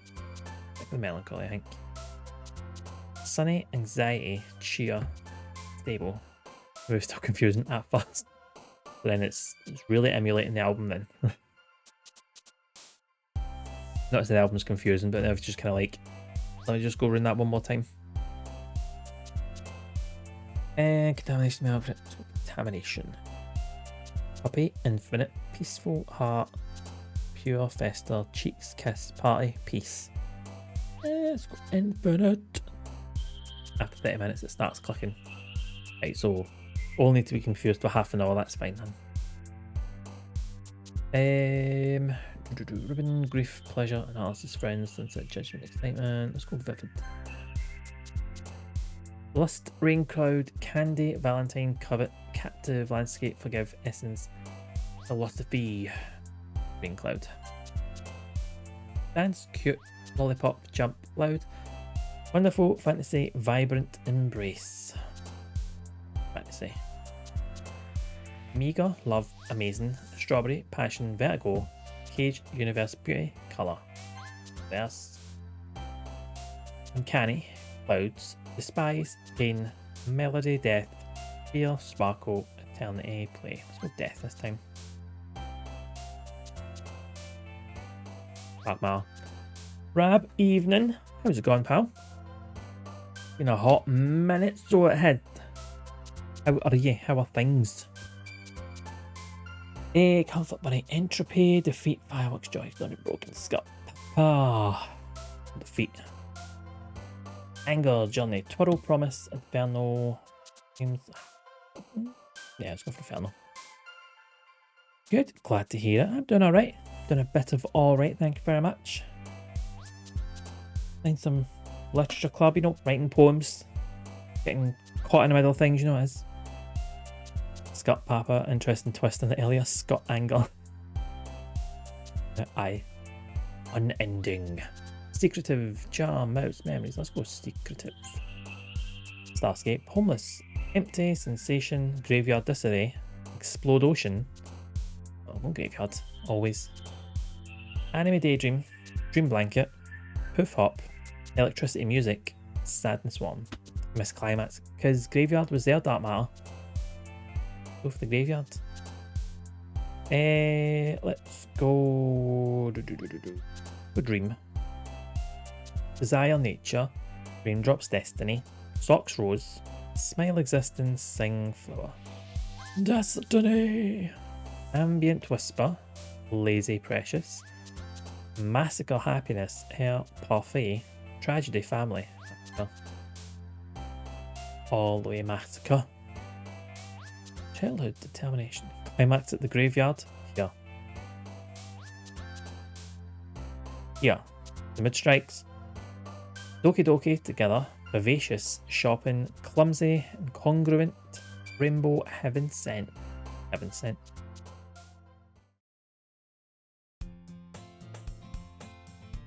Another day passes and it's time for the club meeting already. Been a little more comfortable here over the past couple of days.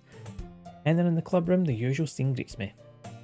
Yo, Sayori, looks like you're in a good mood today. Still not used to being in the club, that's all. See, that's a pretty simple thing to get you in a good mood. Yeah. What? Nice. The chugging's a bit stiff. No more than the others, that matter, you're all good. Guess there's always simple things with you anyway. Hi. Nothing wrong with people's mood like brightening just because they see someone they like. Nothing wrong with that. See everybody that's here in chat has been chatting.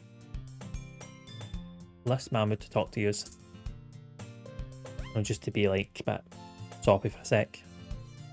Anyway, speaking of which, I'm kind of hungry. Like I want me to buy a snack? No thanks. Not like you at all. I have my reasons. Why don't I take a look at your purse, Sayori? Why that all of a sudden? because she's no money. I just want to look at it. Yuri nervously retrieves her coin purse. She fumbles with the latch and gets it open. Then she turns it upside down and lets its contents spill out of the desk. Only 2 small coins fall out. I knew. I can see right through you, Yuri. How did she even know? Simple. If you had enough money in the first place, you would have bought a snack before coming to the club room. So you're either not hungry and want an excuse to take a walk, or you plan to conveniently forget that you spent all your money, so I'll lend you some. But there's one more thing. You're always hungry. So at least one option. Don't make me feel guilty. If you feel guilty, that means you deserve to feel guilty. Yuri suddenly giggles. Didn't notice that she was listening in. Face was in her book as always. I wasn't listening to anything. It was just something in my book. I'll make to let me borrow some money. Don't get me involved like that, Yuri. Besides, you should only buy what you can responsibly afford. Frankly, after pulling a mischievous stunt like that, you're suffering this very enough retribution. I didn't mean that. I got too absorbed in my book. I really like it when you speak your mind, Yuri. It doesn't happen much, but it's a fun side of you. Oh, you could think that. You were right though. And there's something bad, and now I have to accept the revolution. Retribution. And that. Still, coming from you, Yuri, I guess there's a little devil inside us all, isn't there? Don't let her fool you. Yuri knows exactly what she's doing. After all, she told you guys she was bringing me to the club before she even told me. Hey, you're fucking switched on when you use that brain of yours, didn't you? It's like, see how smart you could be if you just, you know, switch on, engage a bit. You wouldn't have come if I went for the cupcakes. So I had to trick Natsuki into making them. Give me more credit in that story. Out of nowhere, something smacks Yuri in the face and tumbles onto the desk. It's a cookie. Sure enough, it's a giant cookie wrapped in plastic. Yuri glances around. Is this a miracle? Because I paid my restitution. Retribution. Well, that one almost worked. I was just going to give it to you, but then I heard you blab about the cupcakes. It was totally worse than your reaction though. That's so nice of you, but also, so happy. Yuri hugs the cookie. Just eat it. She only rapidly tears open the wrapper and takes a big bite. So good. She only suddenly clasps her hands over her mouth. I bit my tongue. I'll throw a lot over just one cookie. Natsuki takes a bite of her own cookie. Feels like really good too, Natsuki. Try it. Beggars can't be choosers. The chocolate almost chipped. Tooth. Hey. Hey. Yours is chocolate. Yeah, why didn't they give you that one? Well, I'm really happy they shared this one with me. Yuri gets out of her seat and goes behind Natsuki, then wraps her arms around her. Get it. Cookie still in hand, Natsuki reaches up to nudge Yuri off her. Yuri suddenly leans down and takes a bite out of Natsuki's cookie. Very smooth. Seriously, just do that? Mouthful, Yuri trots away to safety. Yuri and I laugh as well. Such a kid sometimes. Monika, can you tell Yuri? Hey? Natsuki glances around. Monika isn't in the club room. Where's Monika anyway? Question. Have any of you heard anything about her being late today? Nope. No one. Not unusual. Hope she's okay. Of course she's okay. She will just has something to do today. Pretty popular after all. I don't think she has a... I wouldn't be surprised. She's probably more desirable than all of us combined. That's true. Excuse me? Suddenly the door swings open. Sorry, I'm super sorry. Oh yeah. Didn't mean to be late. I hope you guys weren't worried or anything. A little bit. Monika shows the club over her boyfriend after all. So strong-willed. Boyfriend? What on earth are you talking about? Monika quizzically glances at me. Never mind that. What held you up anyway? Well, the last period today was study hall. To be honest, I just kinda lost track of time. That makes no sense though. You would have heard the bell ring at least. Must not have heard it since I was practicing piano. Wasn't that why you played music as well, Monika? I don't really. Just kinda started recently. Always wanted to learn piano. So cool. You should play something for his Monica. Maybe he wants to get a little bit better. Well, seems cool. I'd also look forward to it. So, in that case, won't let you down, Mick. Alright, you can do it for everyone else, but whatever. Monica smiles sweetly. I didn't mean any pressure or anything. Ah, don't worry, I've been practicing a whole lot recently. I'd really love the chance to share once I'm ready. I see. In that case, best of luck. But didn't miss anything, did I? No, just somebody getting slapped in the face with a cookie. I chose to leave out Shiori's mischievous escapade. I'm sure Natsuki will end up complaining at her anyway. Looks like everyone has already settled down. Shiori somehow already finished her entire cookie. Yuri's back to her book, and Natsuki disappeared into the closet. Hey Yuri. I suddenly noticed that Yuri is reading a different book than the one we've been reading together. Sorry, I didn't mean to interrupt. Kinda just waiting for you. Well, if that's the case, why don't we go ahead and get started? Actually, I have a request. Mind if I make some tea first? Can't stop you. If there's one thing that can make my reading time here any better, it's a nice cup of tea. Not to mention for yourself as well. Yuri stands up and makes her way to the closet. I follow her as she retrieves a small water pitcher from the shelf, lined with filters. I didn't mean to skip. Can you hold this for a second? Yuri hands me the water pitcher and also fetches an electric kettle. I'm going to plug this in at teacher's desk and then we'll go get some water. Well, it was so easy to go back into the closet. She walks past me and sets the kettle down on the teacher's desk. I simply watch her movements. To my surprise, the way she moves really contrasts her speaking mannerisms. Especially because of her long legs, Yuri appears elegant and methodical. Okay, may I have the water pitcher? Thanks, I'll be right back. Nah, I might as well walk with you. Yeah, why not? Shall we go then? Where are you two off to? Yuri was going to make some tea, so I suddenly realised how weird it sounds to explain this to Monica. I just fell in the water pitcher. Sorry, just a bit curious. It's kind of a one-person job, isn't it? Monica, please mind your own business for once. Or do you want to tell me there's something wrong with helping involve making club activities? Why is your character looking at her like that? You would have to ask the character, that matter. My mouth gapes. I suppose there's nothing wrong with that. Then let's go, Mick. Okay. Yuri quickly exits the room and I follow. Once in the hallway, she suddenly puts her forehead against the wall. Without thinking, how can I say something like that? Just something about the way she said that. It made me feel so irritated. Me. No, Yuri, I think you did the right thing. I wasn't expecting it, but it's also not right for Monica to judge people like that. How come even when I do something bad, you're being nice to me? People do need to mind their own business, to be fair. Nothing that you do is as bad as you make it seem in your head. Well, nobody's perfect. We have emotions and we can't always hide them away. But you always amplify things in your head. Your mind turns a light rain shower into a hurricane. Wouldn't you hate me for something as terrible as that? Why would I hate you? I can't hate someone for having emotions. What you do with those emotions, that's the thing.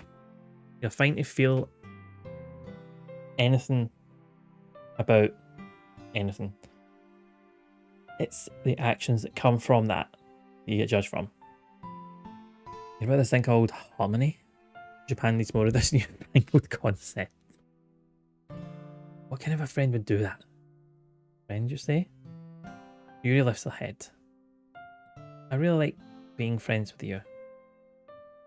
Thanks, I like being friends with you too. I feel kind of awkward saying something like that, but I'm doing my best to help Yuri feel better. Anyway, shall we go? Yeah. Off to the nearest water fountain. Once we fill the water pitcher up, we return to the classroom. Friend zoned already. Yep. Do you like oolong tea? Anyone's fine. Very well. Yuri sets temperature on the kettle to 200 degrees.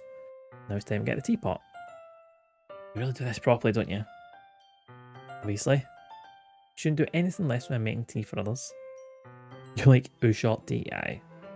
No long tea for dark matter, please. Even if I'm not an expert in tea or anything. In that case, you'll only be even more impressed. That's a well. Yuri fetches the teapot and begins measuring the tea leaves. To my surprise, she even starts humming a little to herself. Being a good mid now. That's all. I wasn't letting it show. And you noticed. Doing a bit of thinking, and I decided I would try expressing myself a bit more. What as if you can reach it anyway. Aye, that's on the high shelves. Blue shots, kind of your level. Yuri demands Barry's tea and tails. Nothing. Well, no substitutes. You come in here with your fucking Tetley and Walkers. Fucking out the club. Barry's tea and tails. That's it.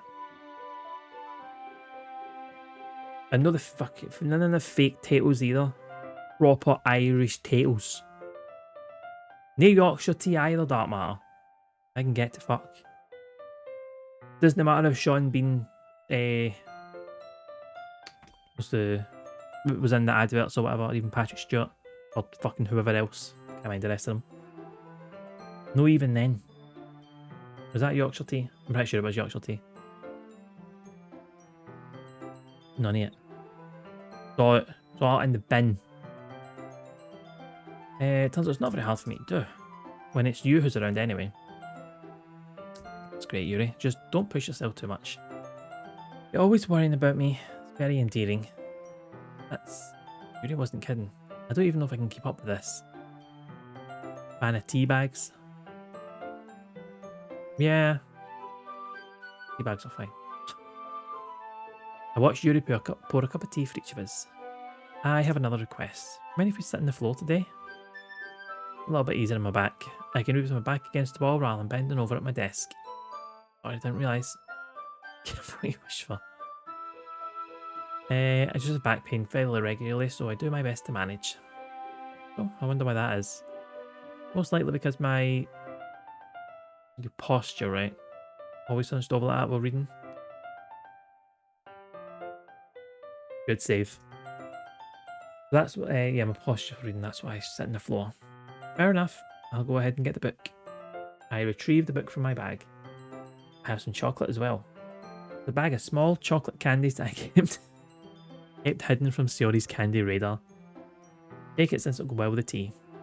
Yuri and I then sit against the wall, teacups at our side. As if in sync, we assume the same reading position as last time, each holding one half of the book. Except for this time, our bodies are even closer to each other. Can't see too well. Yuri slides closer until her shoulders are touching. How am I supposed to focus on reading like this? What's the DT of Scotland? I don't actually know. That's a really good question.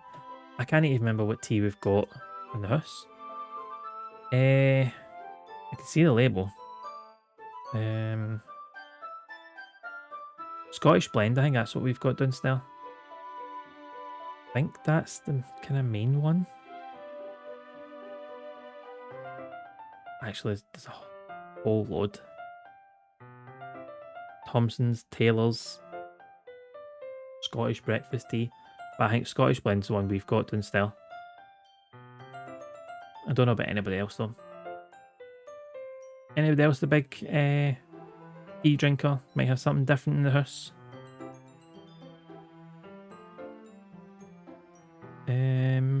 We've also got Tesco's own, which isn't, necessarily Scottish. But it's in the house. Can't speak of all Americans, but Lipton regular black tea is perhaps the most common. I do like Lipton's iced tea. I'll give them that. I actually think I've got a bottle of that downstairs. I have that tomorrow. I know it's more a summer drink, but I need to drink it. Yuri was always kind of cute, but when she's been less apprehensive, it's almost more than I can handle. The teacup. Yuri hands in my tea. Holding it with my hand that's not holding the book, I end up in a position that makes it even harder to focus. Yeah, Lipton for iced tea, great. Hot, extremely meh. Just, What kind of tea do you usually go for then, Damata? Or are you more like coffee drinker? Because now I need to worry about making sure I don't accidentally touch her chest. Meanwhile, Yuri has noticed a single thing. She wears her intense reading expression. I can only presume the world around her has faded away. I use all my willpower to focus on reading. After a few minutes, I finally manage to relax a little. I put the teacup between my legs and fumble with the chocolate wrapper. Sorry. I briefly let go of the book to finish opening the wrapper. You can have as much as you want. That's okay, I won't take any. Are you sure? Well, if I touch it, then I might get smudges in the page. You're right. Didn't even think about that. My bad. I need to apologise. I'll hold the book, okay? Are you sure? Of course. Yuri opens the book with both hands. She holds it so I don't have any harder of a time reading from it. But as a result, her left arm is practically resting on top of my leg. Well, in that case, Yuri is already totally focused on reading again. Take a chocolate candy and pop it in my mouth. Take another chocolate and I hold it up to Yuri. She doesn't even look away from the book. She simply parts her lips as if the situation was completely natural. That means I can't stop here. I apprehensively place the chocolate in her mouth. Just like that, Yuri closes her lips over it. Yuri's expression suddenly breaks. Did I just... Yuri looks at me like she needs to confirm what just happened. Sorry, I guess I shouldn't have done that. That's, well, I'll just help him. Something that friends do, right? I mean, not really in this kind of context, but yeah, that's all it was. Yeah. Then you don't need to stop. I see. The situation has gotten really tense. Guri tries to return to the book, but I can tell by her expression that even she can't focus now. My heart is pounding. I nervously take another chocolate to my fingers, but this time Yuri's eyes meet mine. How did it even come to this? Yuri does not avert her gaze. I notice her chest rising and falling to the rhythm of her breaths. I raise my arm. I got consent, she said it was fine. Okay, so it's all above bold tear dark matter, right? Like before, Yuri parts her lips, but it's different this time. I take the chocolate and place it in her mouth. I feel her hot breath on my fingers. The fuck is happening? Okay, everyone. Yuri jolts back. It's time to share poems. Mike, you can help Yuri put away the tea stuff, right? Yeah. Okay, thanks. Bell is abruptly broken. Special for sure, but a good green tea is good. If black tea, like English breakfast, but I'm very particular about specific companies' blends / versions of it. Or what ones do you tend to go for? Oh, Lipton, obviously. I'll take care of the cups. Yep, Yuri picks up teacups from the floor. I pick up the bag of chocolates. In the end, we hastily clean up without so much as a word between us. I get the feeling this is something neither of us will have the courage to bring up. Where should I show my poem to first? Let's just go through the motions. I like this one. There's some nice feelings in it. I'm glad. Does that mean it's better than yesterday's? Let me think. I don't know. I guess I like them both. It's not very helpful. Well, I'm not very good at figuring out if poems are good or bad. I just go by my heart. If it makes me feel things, then it must be a good poem. Not sure that's exactly how it works. I think it is. I agree with Yuri in this one. Then again, I guess conveying feelings is a pretty important part of this whole thing. Yeah, maybe. Honestly, I don't know what kind of writing you like in the first place. Yeah, me neither. Might at least try giving it some thought. You want to write something for me? That's so sweet. Yeah, right. But you're always thinking about other people. Just think about yourself once in a while. Don't, you might end up getting hurt at some point. Well, I don't know what you mean, but I'll try to keep it in mind. Whatever. Anyway, let's see. I guess I like happy poems. Sometimes I like sad poems too. Sometimes a little bit of both. There's a word for that, right? What am I looking for? Bittersweet. Yeah, I like things that are happy and things that are sad. Happy and sad. I can't see you liking something sad, Yuri. Well, I like happy the most. Sometimes when you have a little rain cloud in your head, a sad poem can help give the rain cloud a little hug and make a nice, happy rainbow. That's unexpectedly poetic. Maybe I'm getting better to express my feelings after all. Thanks, I should go write that down then. You can read my poem now, okay? Right. Bottles. I pop off my scalp like the lid of a cookie jar. It's the secret place where I keep all my dreams. Little balls of sunshine all rubbing together like a bundle of kittens. I reach inside with my thumb and forefinger to pluck one out. Warm and tingly. There's no time to waste. I put it in a bottle to keep it safe. And I put the bottle on the shelf with all of the other bottles. Happy thoughts, happy thoughts, happy thoughts in a bottle, all in a row.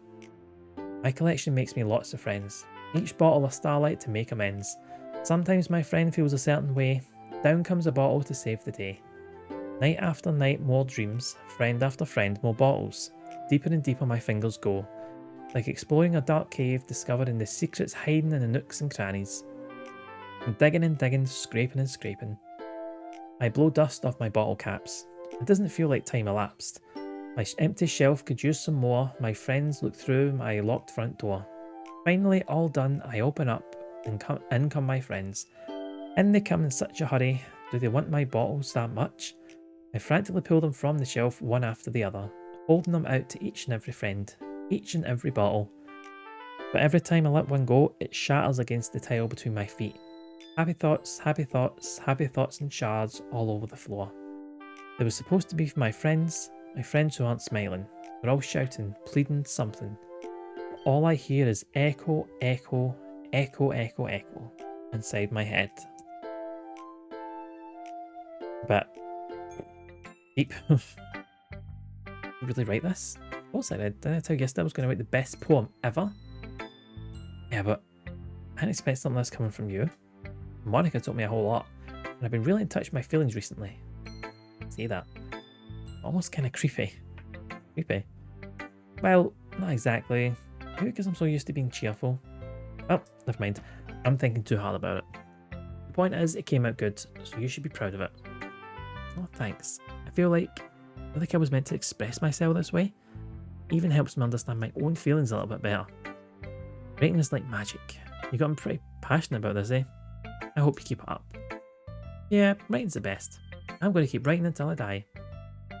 Get ahead of yourself.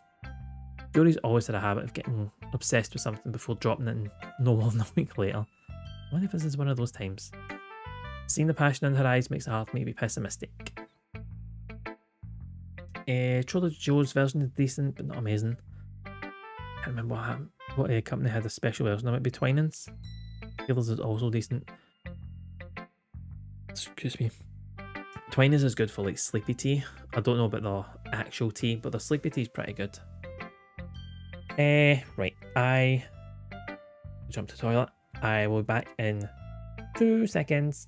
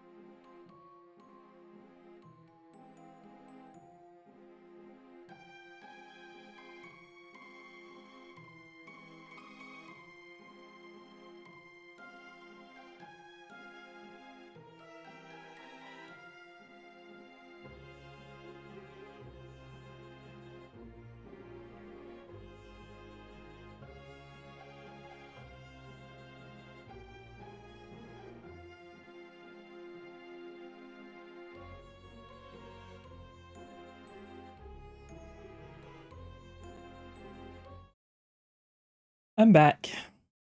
But the game is not for some reason. There we are. We're both back now. Oh, we change it up. Say, didn't realise all the windows in the house were shut. The heating was on. That was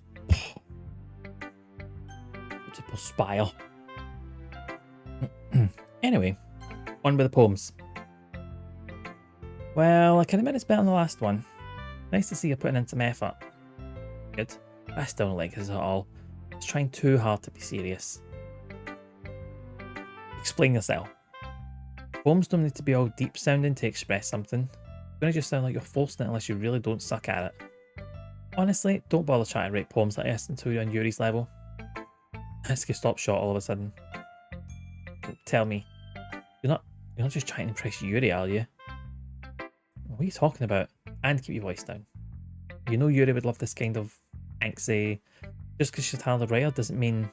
I mean... Look, I'm in trouble. Somehow struck a nerve though. What I did is beyond me.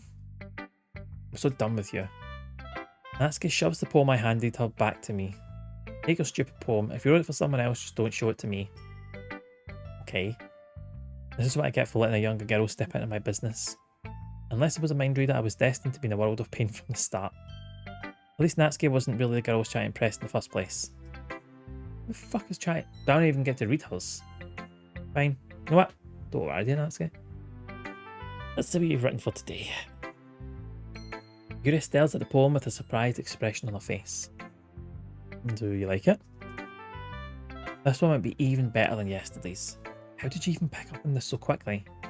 Just yesterday I was telling you the kind of techniques worth practicing. Maybe that's why. You did a good job explaining. I really wanted to try and give it more imagery. Yuri visibly swallows. Even her hands appear sweaty. Knees weak. Arms heavy. I'm not used to this. There's a nice house on top of the hill overlooking a calm pond full of life. But this roasted duck is stuffed with bills. Scared and weathered by the 9 to 5. Scarred and weathered by the 9 to 5. You talk about me? There's a little roasted duck. Scarred and weathered by 9 to 5. How much is that what you're saying? Say it. You can say it. Used to what? I don't know. It's fine, take your time. Yuri breathes and collects her thoughts. I know that Yuri likes to think before she speaks, so I offer that patience to her. Yeah, just being appreciated like this, I guess. It probably sounds really stupid.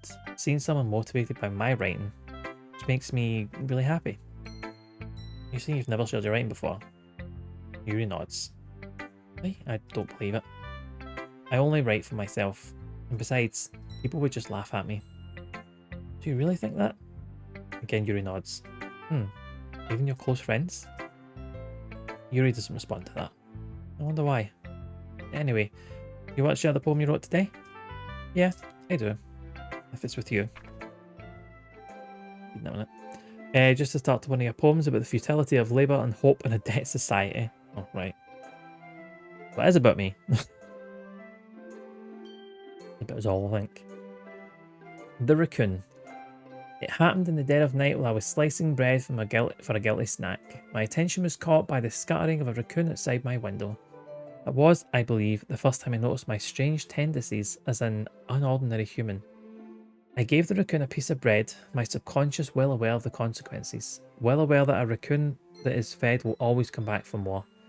The enticing beauty of my cutting knife was the symptom. The bread, my hungry curiosity. The raccoon, an urge. The moon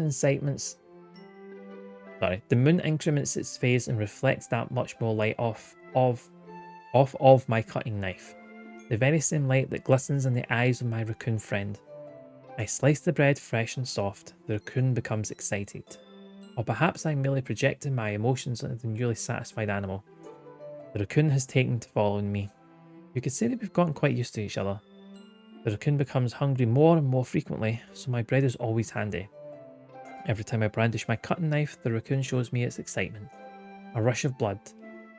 Classic Pavlovian conditioning. I slice the bread, and I feed myself again. I was a little more daring with this one than yesterday's.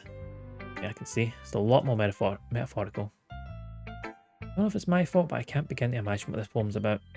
And that's right, it's a bit closer to my preferred writing style. Using the poem as a canvas to express vivid imagery and conveying emotions through them. Yeah, if I take it at face value and I can't even figure out what it's supposed to mean. Well, I think it's something different people can relate to in their own way. I wanted to express the way it feels for me to indulge in my more unusual hobbies. Those sort of things I'm usually forced to keep to myself. I sometimes enjoy writing about them. Why do you keep them to yourself? Because they're embarrassing. People would make fun of me. You have anything like that, Mick? Well, yeah, I guess I do. I feel like everyone has a little something like that. The best we can do is respect each other and their individualities. I don't think I'm like that. I was like, no, I like what I like. If someone asks me about it, I'll tell them. If somebody's like, that's embarrassing, they'll be like, for you, I like that shit. So, yeah, it just makes me sound old. I'm at that age now, I just don't care. I like something, I like it. I'm not going to be shy about it. I'm not going to be embarrassed by it. Just be like, you know what?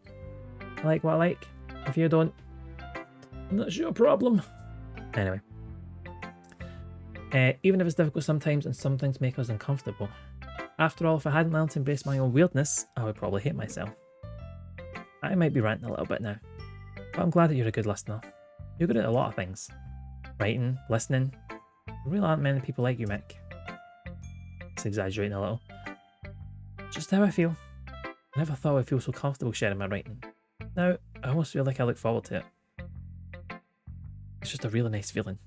And you're to thank for that. It's nothing really. Yuri smiles sincerely at me. For just a moment, her timidness seems to disappear. Right, Monica. Again, how's the writing going? Alright, I guess. You can look at this poem and you tell me how it's gone. As long as it's not going bad. I'm happy that you're applying yourself. Maybe soon you'll come up with a masterpiece. Nah, I wouldn't count on that. Well, you never know. Want to share what you wrote for today? Yeah, read it and weep. Alright, this one's good. Feels like you're not only getting more comfortable with your style, but the imagery is better than the last one I read. Just wondering, but have you been finding inspiration in Yuri's writing style? Guess so. Can't deny it, she's talented. Yeah, totally. I think her poems are the most romantic. It's the best way to describe it. She's like a totally different person when she picks up a pen. I noticed that too. Individualism is nice, but not at the expense of community. And community is nice, but not at the expense of individualism. And look at why it's hard for someone to grasp. I know. You're allowed to be an individual. You're allowed to have your soul likes. But also, you can't get by on your own. It's nice to have like a community. Like we've got a community here.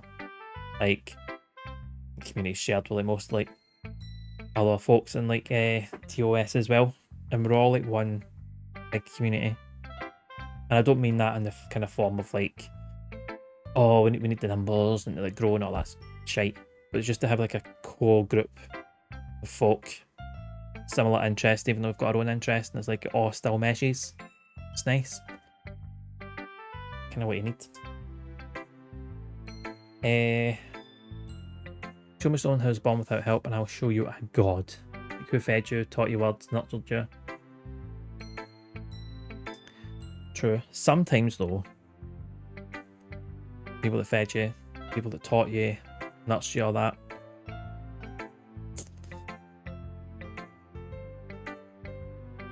Not great. Sometimes, despite that, individualism is good because then you can look at things like, you hear what some people are saying that might be like, no, parents, guardians, whatever, and you're kind of like, don't quite think that's right. No. For example. Sadly, it's hard to get much personal conversation out of her. Trust me, I've tried. Who knows what goes on in that head of hers. I don't mean that in a bad way. Of course not. I just mean that I wish she didn't keep so much to herself.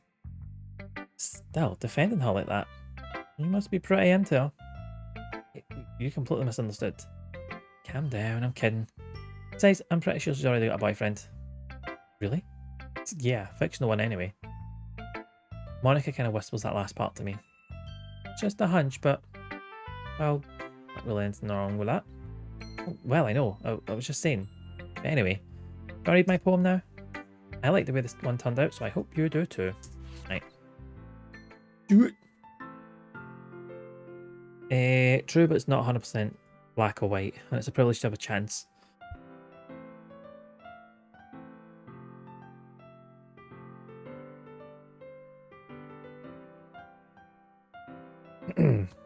Try that again.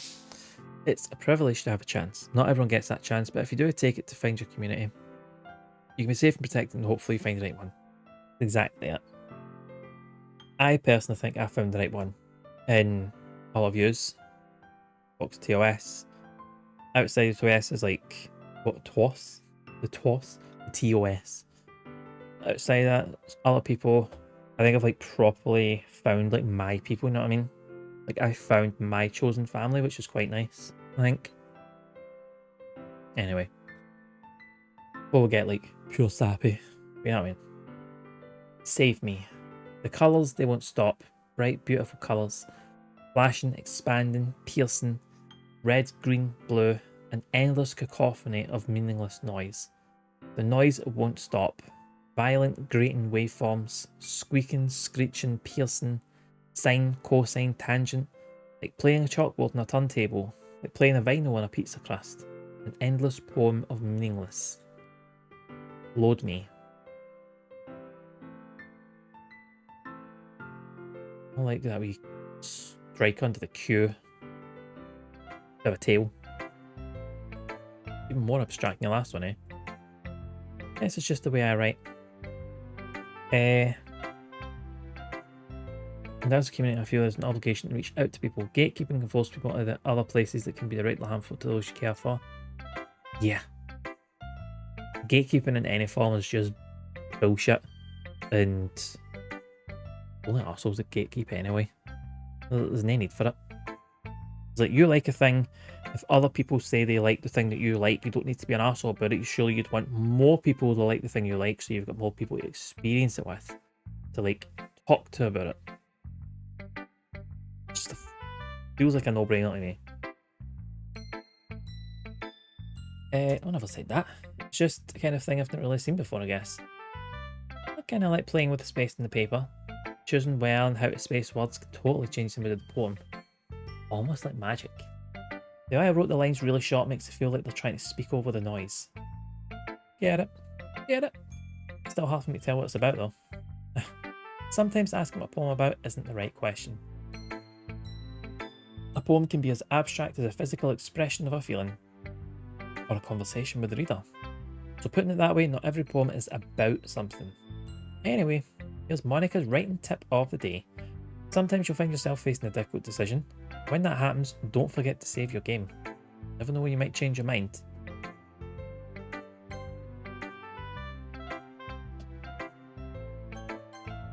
There you go. Or when something unexpected may happen. Wait, is this tip even about writing? What am I even talking about? That's my advice for today. Thanks for listening. I completely forgot to save. This does not autosave. Right, we're all done reading each other's poems, right? I have something extra planned today, so if everyone could come sit at the front of the room. Humbly, you understand, Monica, but vagueness is still something pedantic, and I am. Here, you be pedantic. I invite the pedanticness of yourself. Is it about the festival? Well, sort of. We really have to do something with the festival? Not like we can put together anything good in just a few days. We'll just end up embarrassing ourselves instead of getting new members. That's a concern of mine as well. I don't really do well with last minute preparations. Don't worry so much, we're going to keep it simple, okay? We won't need much more than a few decorations. Jory's been working on posters after seeing some pamphlets we can give out during the event.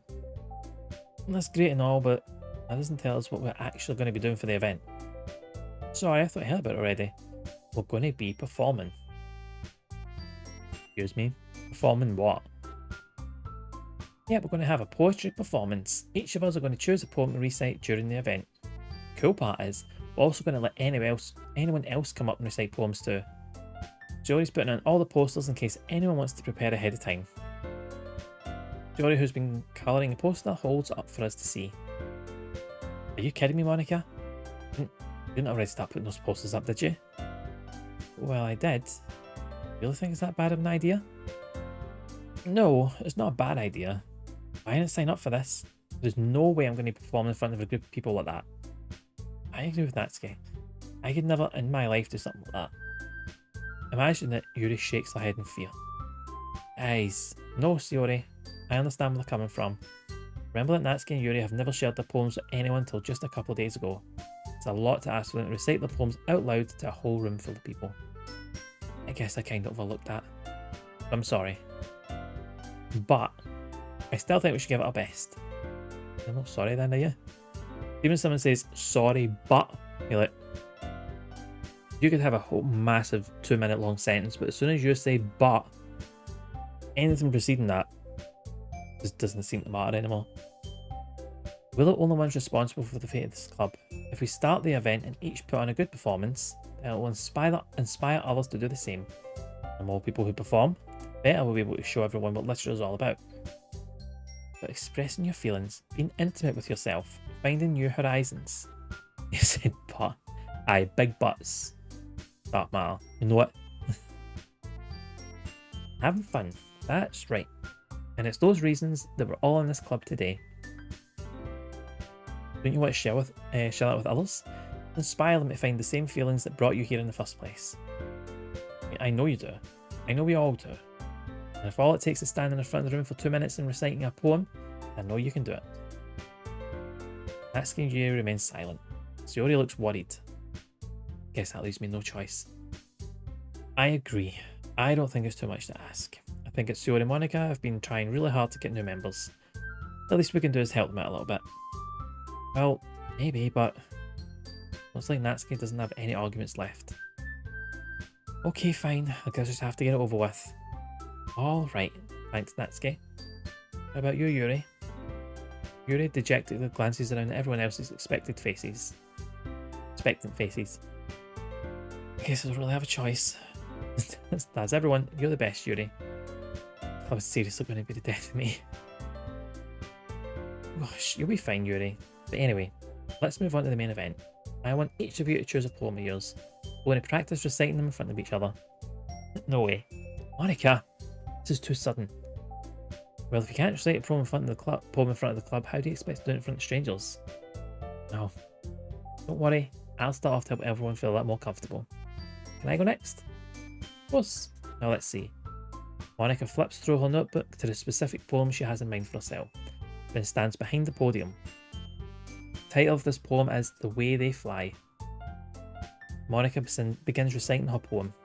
Her clear, confident voice fills the room. More than that, her inflection is pristine. She knows exactly how to apply emotion behind each line she recites, bringing the words to life. Is this something she's done before, or is she simply a natural? I glance around me.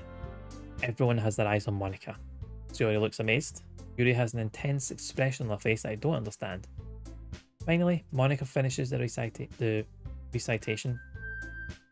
I say that? 4 of us applaud. Monica takes a breath and smiles. So good, Monica. Thank you so much. I was just hoping to set a good example. Are you ready to go next, Yuri? I'll go next. Oh, Yuri's fired up all of a sudden. Yuri clutches a sheet of paper between her hands and stands up.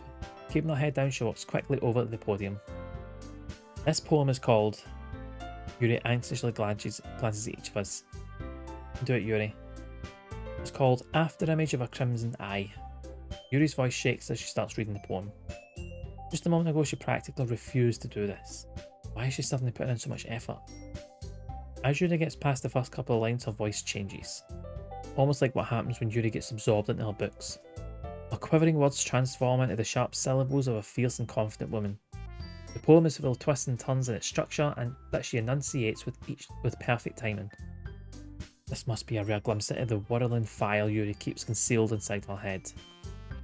Suddenly she's finished. Everyone is stunned. Yuri snaps back into reality and glances around her, as if she's bewildered even herself. It's up to me to save this situation. I am the first to start applauding. Everyone joins me afterward and will give Yuri the recognition she deserves. Not that we didn't want to applaud for her. We were caught so off guard that we must have forgotten. As we applaud, Yuri holds the poem to her chest and rushes back to her seat. Yuri, that was really good. Thank you for sharing. Looks like Yuri is down for the count. Okay, guess I'm next then. Yuri hops out of her chair and cheerfully walks to the podium. This one's called My Medal. Sorry, I giggled. Sorry.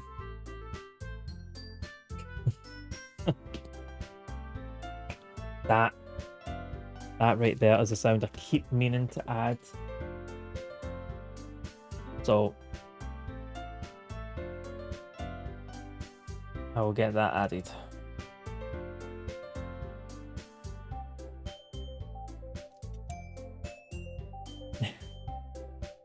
A lot harder than I thought. I can't believe that was the next line after you said Dark Matter. How do you guys do it so easily? Try not to think of it like you're reciting to other people. Imagine you're reciting it to yourself, like in front of a mirror, but in your own head. It's your poem, so it'll come out the best that way. I see. Okay then. Shiori begins her poem. Somehow it feels like her soft voice was made as a perfect match. The poem isn't aimlessly cheery like Shiori is. It's serene and bittersweet. If I were to read this in paper, I probably wouldn't think much of it. But hearing it come from Shiori's voice almost gives it a whole new meaning. Maybe this is what Shiori meant when she said she likes my poems. It's like I get to reach more deeply into someone I thought I knew through and through. Shiori finishes and we applaud. I did it. Good job, Shiori. Even Mick liked it. I guess that's a good sign. What does that even mean? It came out nicely, Shiori. The atmosphere of the poem fits you really nicely. But it might be that other poems wouldn't work quite as well with that kind of delivery. I don't really understand. In other words, I've seen poems of yours where that sort of gentle delivery wouldn't work as well. You might need a little more force behind them, depending on what you're reading. Oh, I know what you mean. Well, I've been practicing that kind of thing. It's just embarrassing to do in front of everyone. Next time, I'm going to make you pick a poem that challenges you a little more. We don't have much time before the festival, you know. Okay, now who's next? Natsuki? Don't make me go before Mick. It's not like I can compare to you guys anyway. Might as well let Mick lower everyone's standards a little before I have to do it. Cheers, Natsuki. Might as well get it over with. It's not like I have much of a selection of what to read. Just have to go what I wrote for today. Stand up and stand in front of the podium. Everyone has their eyes on me, making me feel terribly awkward. Recite my poem. Since I'm not exactly confident in my own writing, it's hard to put energy into it. Despite that, once I finish, I receive applause anyway. Sorry, I'm not really as good as everyone else. Don't worry about it so much. I think it's less about your abilities and more about your lack of confidence in your writing. That's something that'll improve over time though. Yeah, maybe. Alright then, that just leaves you, Natsuki. Yeah, I'm going. Natsuki begrudgingly gets out of her seat and makes her way to the podium. The poem is called... Why are you all looking at me? Because you're presenting. Anyway, the poem's called Jump. Natsuki takes a breath. Once she starts reciting the poem, her sour attitude disappears a little. While she's still a little unenthused, her poem has a rhythm and rhyme to it.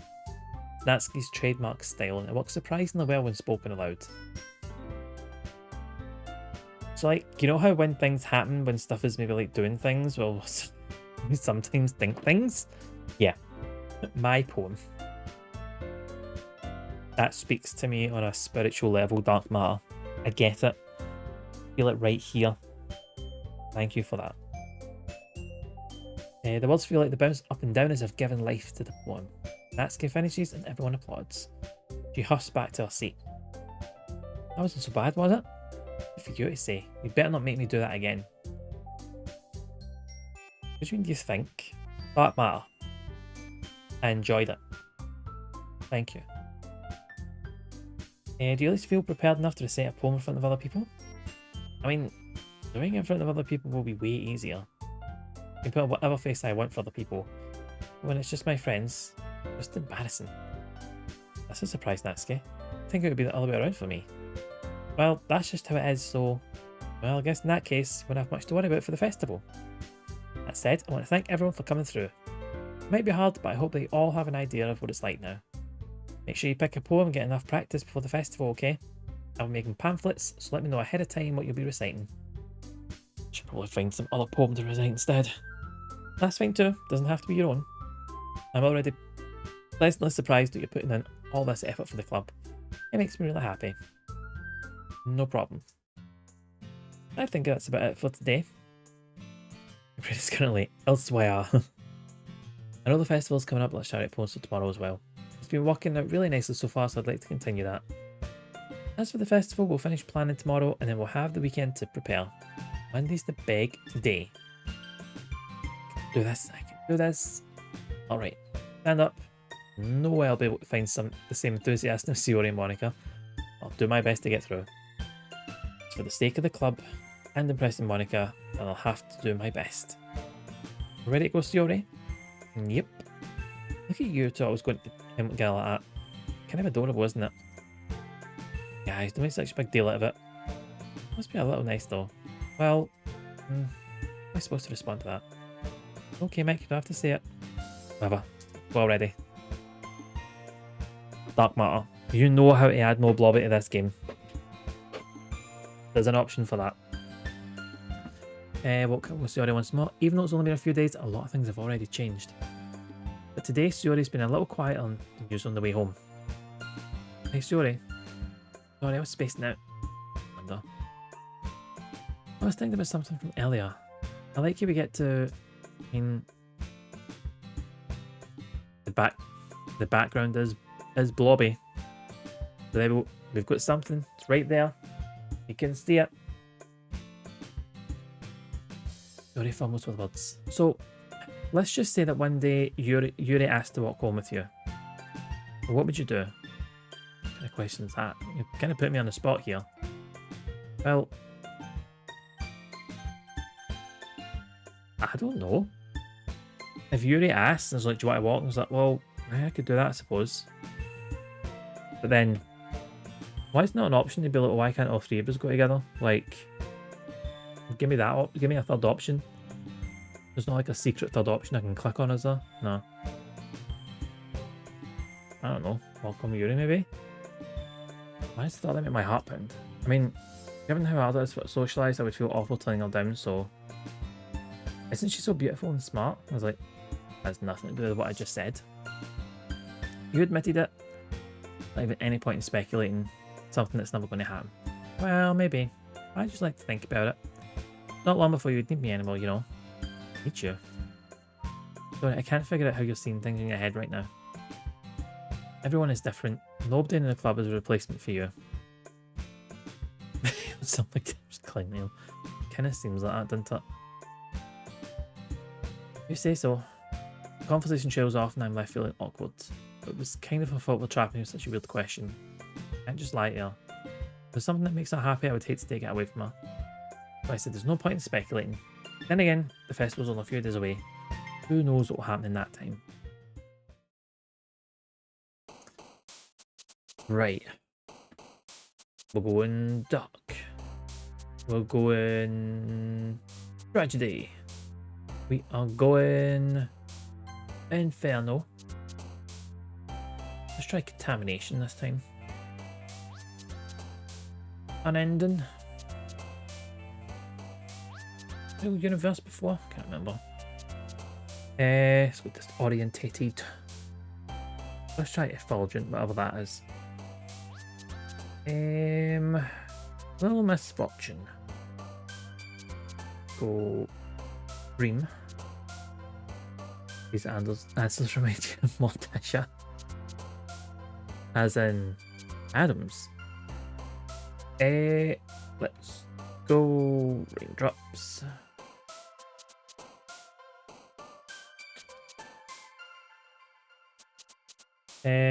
Uncanny. Agonizing. Let's actually answer it like Morticia Adams, so I'm gonna go Wrath, obviously. Suicide, maybe? Graveyard, obviously. Massacre. Stream. Starscape, maybe? Eternity. Oh man, the last one here again. Don't worry, I just walked into mixing piano again. Yeah, were you? A lot of determination. Starting this club now, picking up piano. Well, maybe not determination, but I guess passion. Remember that the club wouldn't be here if it wasn't for all of you. I'm super happy that you're all willing to help out for the festival too. Can't wait for the festival. Okay. Change your tune. Are you complaining about it yesterday, Natsuki? Well, yeah, I'm not talking about our part of the festival, but it's a whole day of school where we get to play and eat all kinds of delicious food. I aspire to be Gomez to my partner, as everyone should. Everyone absolutely should be like Gomez to their partner. Like actual proper couple goals. I fully agree with that. Now about like Shiori all of a sudden. Monica, do they usually have fried squid? But that's a pretty specific thing to look forward to. Dying and undying. Like, emphasis on the undying love. Absolutely. Come on, I see you don't like squid. You of all people. Don't say I didn't like it. Besides, what do you mean by you of all people? Because it's writing your name. Monica. That's not how you say my name at all. Also, that joke makes no sense in translation. Never mind. Let's just focus on our own event for now, okay? Fine. Your actions aren't as funny as Yuri's or Shiori's anyway. Excuse me. Where is Shiori anyway? Well, there you are. Shiori's sitting at a desk in the corner of the room looking down at nothing. I walk over to her. Hey, Shiori. I wave my hand in front of her face. Facing out again. Sorry, don't mind me. You can go talk to everyone else. Everything alright? Of course, why wouldn't it be? Feels like you're a little off. Sorry for assuming things. You worry too much about me. I'm fine, see? Shiori shows me a big smile. Don't let me distract you from having fun with everyone. Alright, if you say so. I wouldn't leave her, but okay. I worriedly glanced at Shiori before turning back toward everyone else, but the conversation was already dispersed with everyone back at their usual activities. Maybe I should ask Monica if she's noticed anything about Shiori recently. Since they've been preparing for the festival, they must have been spending a lot of time together. I timidly approached Monica, who was shuffling through some papers at her desk. What's up? This may sound a little strange, but you've noticed anything up with Shiori recently? Not with her. What way do you mean? Maybe I'm reading into it a little much, but she seems a bit downcast today. Think so? Let's see if I've noticed anything about her. Monica peers across the room at Shiori, who is idly dragging a rubber eraser up and down her desk. Maybe there's something on her mind, but I'm surprised I'm not the one asking you, Mick. You certainly know a lot better than I do. Yeah, but she's never really like this. She's always talked to me about things that bothered her. This time when I asked her, she was really dismissive. Sorry, I know it's not your problem, I just wanted to ask if you knew anything, so I'll drop it now. No, it's important to me too. I mean, I'm also friends with her, and I also care about the well-being of my club members, you know? Maybe I'll try talking to her myself. Sure about that? Unless she wanted to be left alone. Are you sure? Maybe she's just had a hard time bringing it up with the person of interest. Person of interest? What do you mean? Am I saying that maybe the thing on her mind is you? Me? When else would you come to that conclusion? Well, I probably shouldn't say too much, but she already talks about you more than anything else. She's been so much happier ever since you joined the club. It's like an extra light was turned on inside of her. Way. Dory is always like that. She's always been full of sunshine. It's not any different now than it's always been. So funny, Mick. Have you thought that maybe you've always seen her as so cheerful because that's just how she is when she's around you? I've said too much. I'm sorry, what did I know anyway? Didn't mean to jump to conclusions, so you should just forget about what I said. I'll try to talk to her, so try not to think about it for now. Alright. Smiles meaningfully. I know she said to forget about it, but I already know that I won't be able to get her words out of my head. Monica stands up her desk and walks across the room to where Shiori is sitting. I watch her kneel down next to Shiori and gently talk to her. Just keeping the voice quiet so I can't hear from here. I sigh and sit myself down. I know Shiori told me not to worry about her and have fun with everyone else, but it's impossible to do when she's behaving like this. exactly how much do I care about her that I'm letting this weigh me down so much?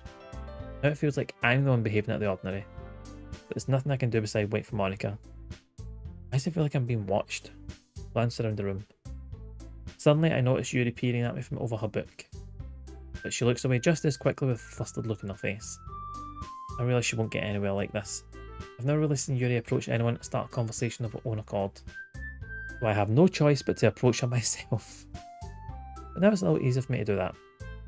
I stand up from my desk and sit in one next to her own. I didn't mean to bother you or anything. Relax. Didn't even do anything. But I really wanted to be alone with your thoughts. Alone with my thoughts? I think there's plural going on up there. How are you going to tell what I was thinking like that? Well, it's something that I do a lot, so it wasn't hard for me to spot based on your posture and expression. Not that I was staring at anything. I didn't do anything creepy like that. In any case, I guess you were right. I'm sorry if I caused you any concern. Don't apologise. Your troubles are the only concern of those. Your troubles are only the concern of those who willingly share in that concern. Of course, there are certainly things we find. Oh my god. There are certainly those who find the most comfort in keeping to themselves. But if you prepare to share what's on your mind, then I'd be glad to listen. Really not that big of a deal. I was just feeling a bit uneasy about Shiori. Shiori? Yeah, she seems a little off today, but when I asked her about it, she didn't want to admit it to me. I can't help but wonder if something happened to her. Oh, that's quite romantic. Sorry, I didn't mean to say something stupid. It's not that, I just didn't want you to misunderstand. Shiori and I have just been friends for a long time, that's all. I see. Then perhaps it's unusual for her to be dismissive to you about her feelings? Or maybe I'm just reading them into them a little too much? Nick, the world is full of meaning often hidden deep beneath plain sight. And there are many untold mysteries behind every person, no matter how well you may know them. Ah, so you think there might be something behind it after all? I think Asuri is a very complex person. Her mannerisms on the outside don't always match what may be going on inside her head. She may always know what she wants. I notice her strange behaviour today too, and I also feel some concern for her. But in your case, it looked like she was fully occupying your thoughts, wasn't she? Well, I guess that was the case.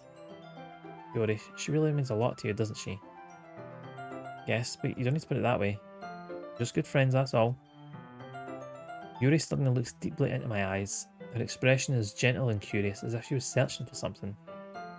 Embarrassed, I avert my gaze. Sometimes, a person's mysteries are untold even to themselves. And you, as someone honest and caring, may uncover feelings you weren't aware were in you. That is, I think that she would be a very fortunate person to have you feel that way about her. Yuri, you're giving me too much credit. I'm a pretty simple guy, so I think I'm pretty good at understanding my own feelings. I'm not nearly as sophisticated as you. Not a compliment, is it? It is what it is. Is it a compliment? Anyway, as long as we're here, why don't we do some reading? Well, as long as you're okay with it. Should be taking my mind off this whole thing anyway. Alright, after some time passes, Monica calls out to the club room. Why don't we share our poems? Everything's back to normal, everyone goes to retrieve their poems, and I do the same. I make eye contact with Monica, and she smiles at me. I wonder what she was talking about with Shiori. Let's find out. It's nice, I guess.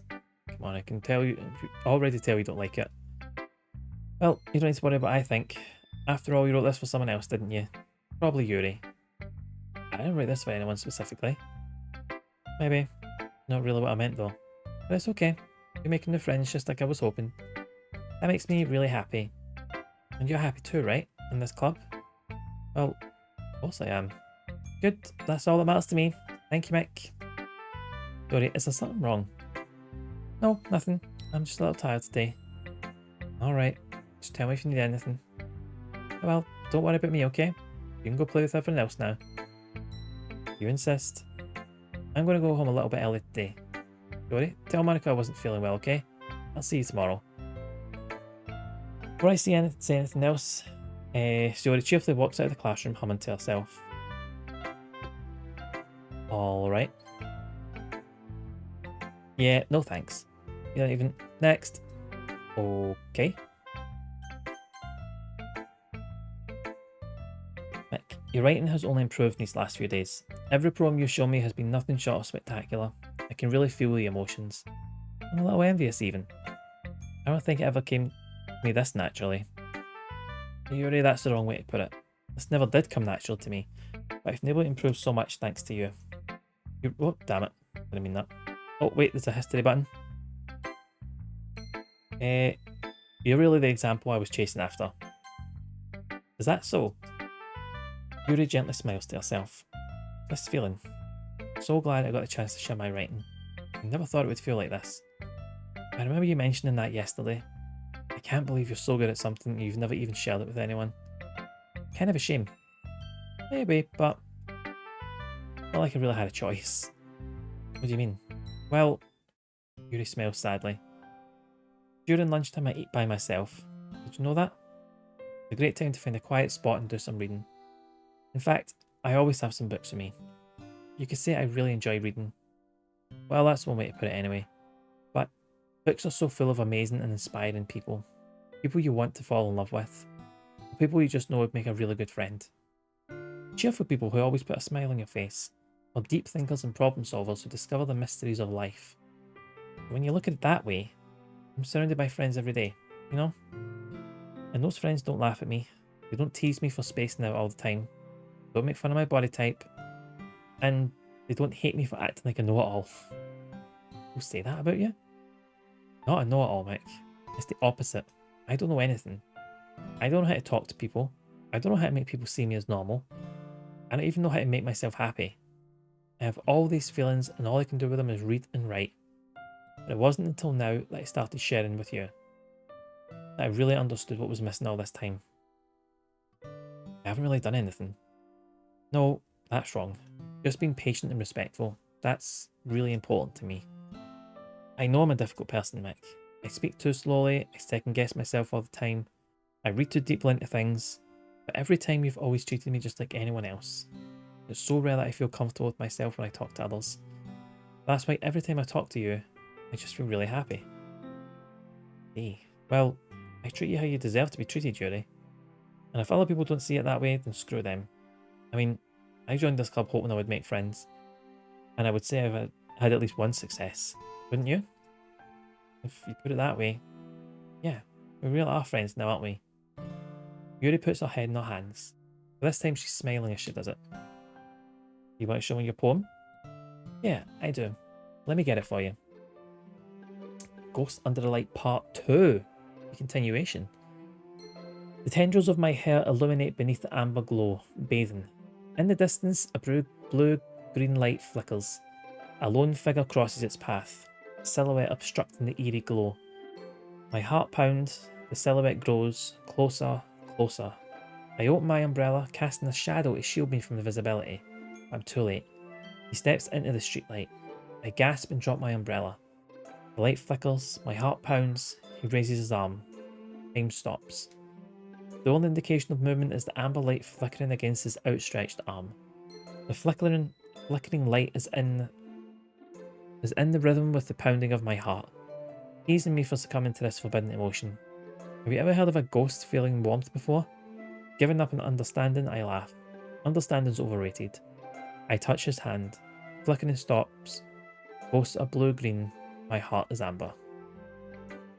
Finishing the poem, I start to hand it back to Yuri. But instead of taking it from me, she looks away. It's like it? No, of course not. I just don't really know how I should respond. Despite Yuri's problems usually being cryptic, it wasn't hard to figure out what this one was about.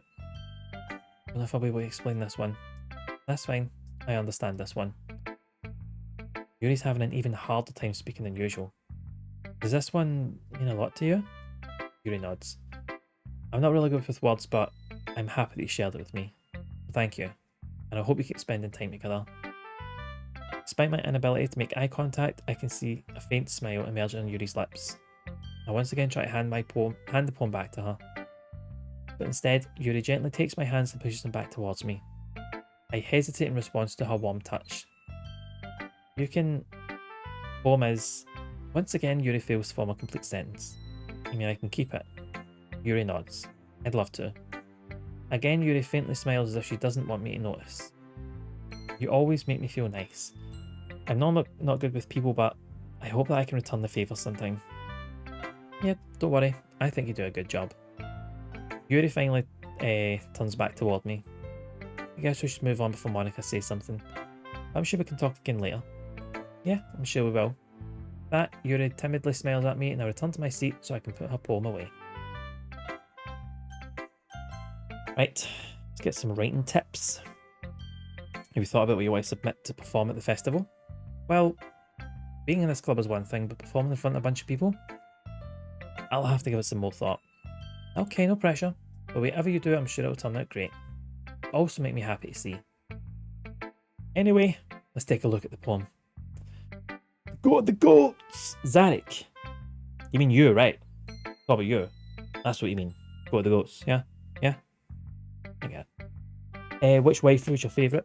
It seems like we've just manoeuvred towards Yuri. So, that's where we're at just now. How are you doing, Zarek? How's your day been? Have you played this? And if so, who did you gravitate towards? I let Monica take the poem and I'm holding it in my hands. Style's gotten so refined.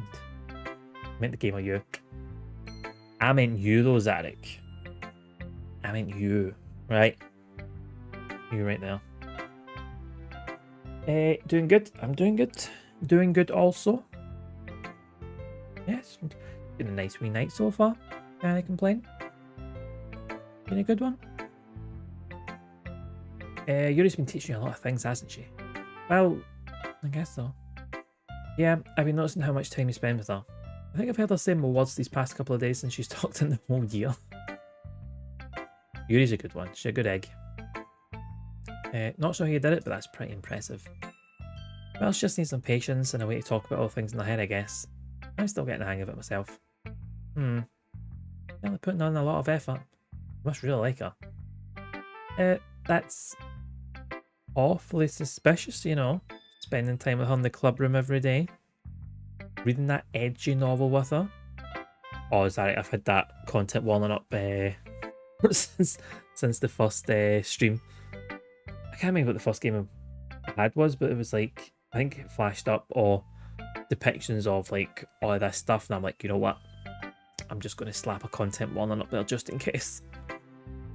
But I think it came up at the start. I feel like it's not for kids and not for like people that might not be able to handle sensitive content, so I'm like, cool, keep that there. Well, I just feel bad that she has a hard time socialising. They put it in after some time, but it should have been there from the start. I don't know what it is, but we'll see what happens. Makes me want to make sure she doesn't spend all her time alone. I mean, it seems like I have. Apparently my technique is improving. Don't know what I'm doing, but it seems to be working. That wasn't too bad either. Alright, I get you. Just be careful, alright? I know that Yuri isn't used to opening herself up, so if something bad happens while she's vulnerable, it can be really hard for her. Her books... Damn it, I keep doing that by accident. Her books aren't a total escape from reality, but just a bandage. If you're good at making poems, you need to have poetry.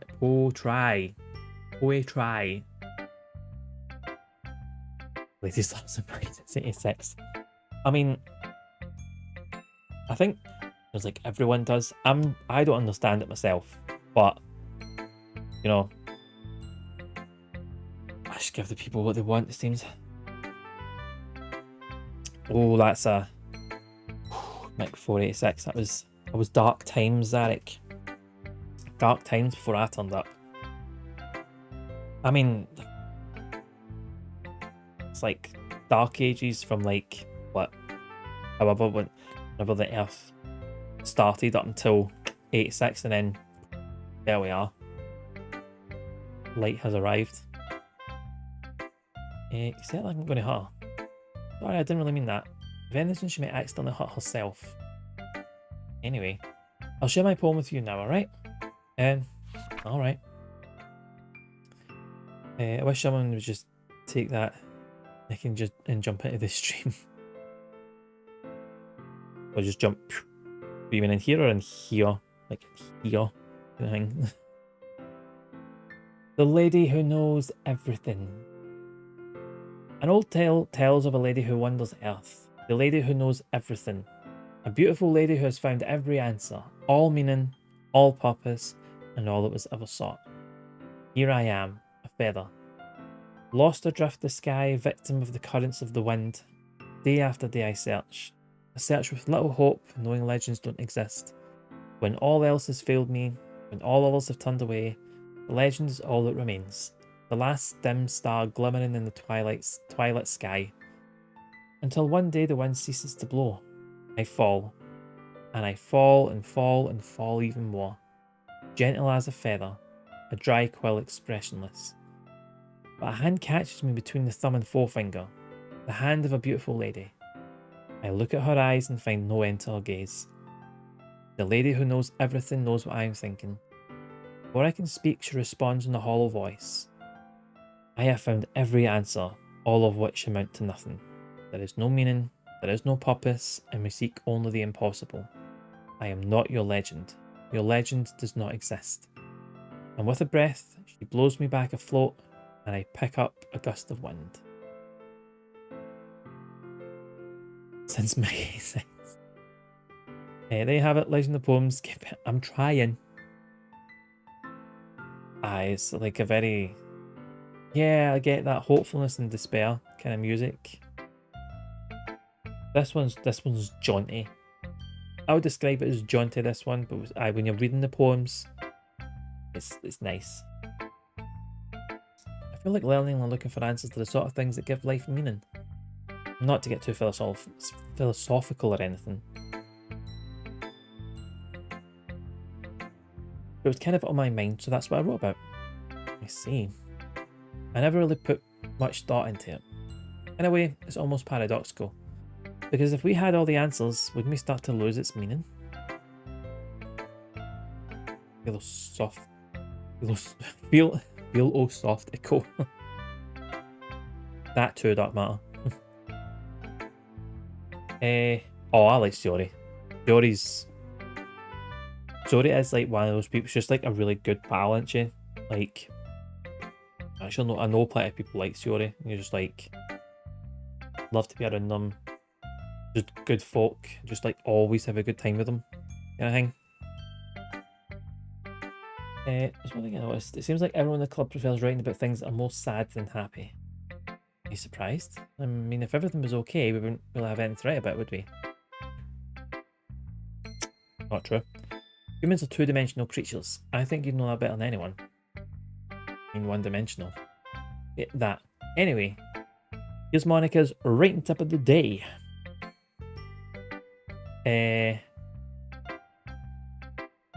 No, it's Shiori's the girl next door who seems like just like the good pal. She's like a wee buzz. Maybe ray of sunshine, isn't she? Like her. Like just happy. I'm not saying you just need to be constantly happy, but it's just like happy-go-lucky type of person like that.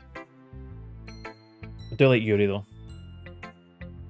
Obviously, in a similar mindset, so if I'm just picking words at random and just jump at us, and it's all about Yuri, it seems. Are you ever too shy to share your writing because you're afraid it's not that good? It can really dishearten to get a lukewarm response to something you put so much into. But if you find other people who enjoy writing, then sharing becomes a lot easier. Instead of just telling you that the writing is good, or okay, or bad, I want to focus more on everything that went into it, and the things you can work on. Much more encouraging that way, and it will make you want to continue improving. It's almost like having your own little literature club, don't you think? That's my advice for today. Thanks for listening. Okay, you three, we're all done sharing poems, right? Why don't we start figuring out... Hold on a second. Just me, or did you say something strange right now? Reminds me. I'm a bit safe. Sorry, Yuri. Yuri, isn't it? Shiori is the girl next door. And Yuri being the other lassie.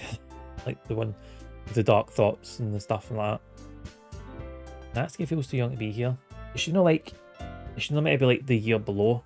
We're like second year.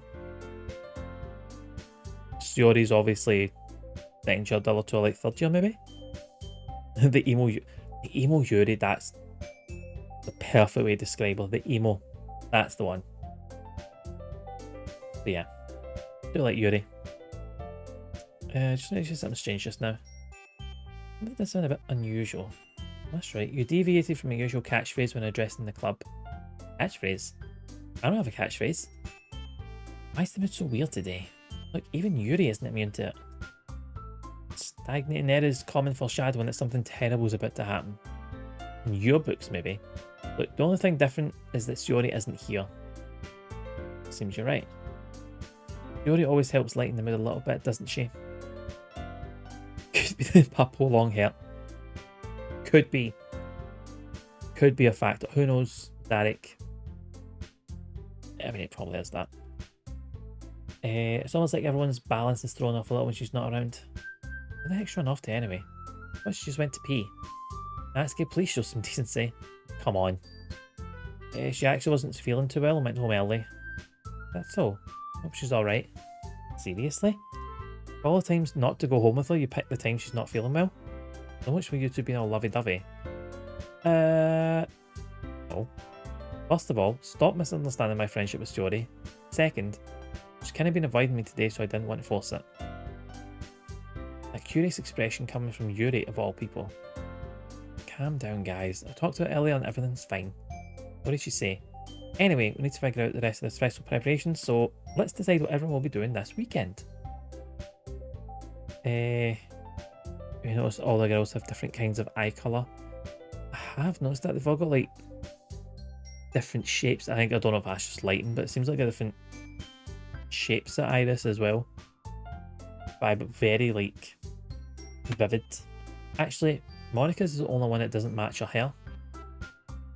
Green eyes and brown hair, but then Natsuki's got pink eyes, pink hair.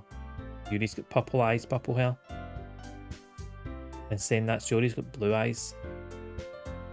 That probably doesn't mean much. Natsuki, we're making cupcakes, but we need a lot of them in different colours. Can you handle that all by yourself? Challenge accepted. And as for myself, I'm going to be printing and assembling all the Polish pamphlets. Shiori will be helping me design them. And as for Yuri, you can... Guys, can you help me come up with something for Yuri? Useless.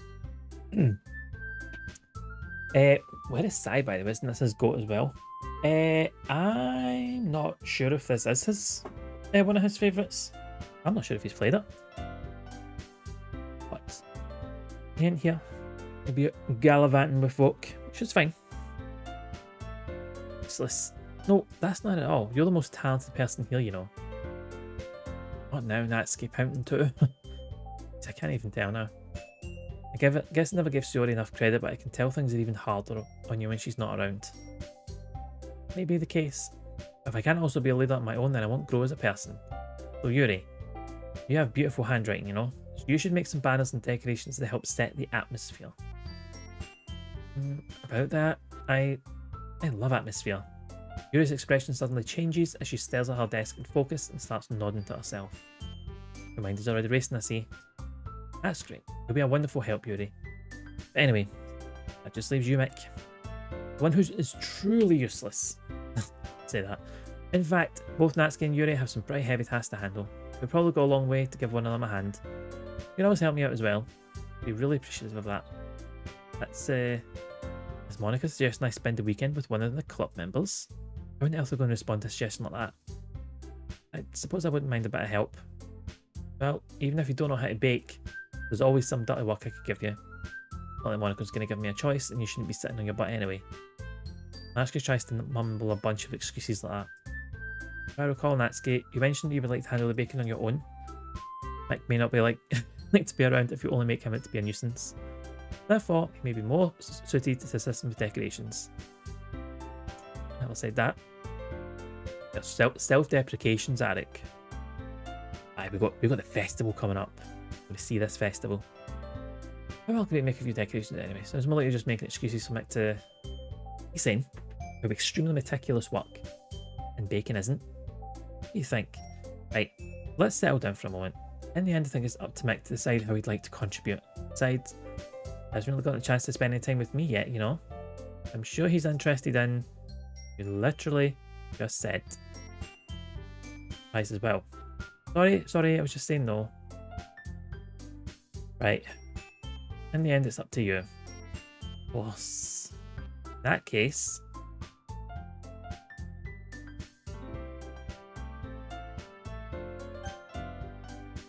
Who we going with? Derek, I know your pick. I'm going to say Yuri. Going with Emo Yuri.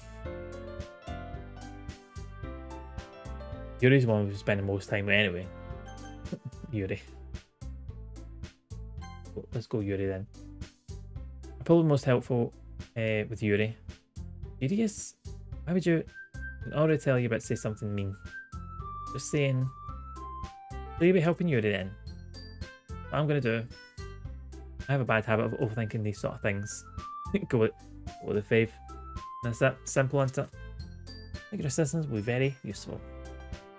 You're Natsuki, will you be able to handle the bacon yourself? Gonna have to. Everyone can tell that Natsuki's feeling a little sour. Was that everything we need to go over? Yep, that should be about it. You guys excited? Might not be the right word, but I'm looking forward to it a little bit. Feel the same way, Mick? I guess you can see I'm interested to see how it'll turn out. Good enough for me. Natsuki? Why is everyone yelling at me? I didn't even do anything. Not what I meant at all. Yuri anxiously glances between everyone in the room. I'm sorry for this. I don't really know why Mick picked me. And also, your cupcakes are the best cupcakes I've ever had. They go really well with my tea. Do you have an ear or how do you hear the music? Yeah, got a earphone. It's a wee small one that you can't really see. Especially because, like, I look to my left. I look to my left to see, like, chat. And obviously the camera's here, so... But yeah, just the one. It's more comfortable this way as well. So I used to have, like, over-ear headphones. But it was uncomfortable, like, having one off so I could still hear round about me.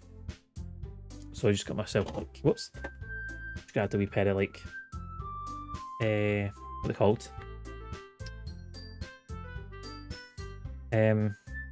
Just Bluetooth headphones. I think they're like 10 or 15 pound or something. You know, like, seem to do the job.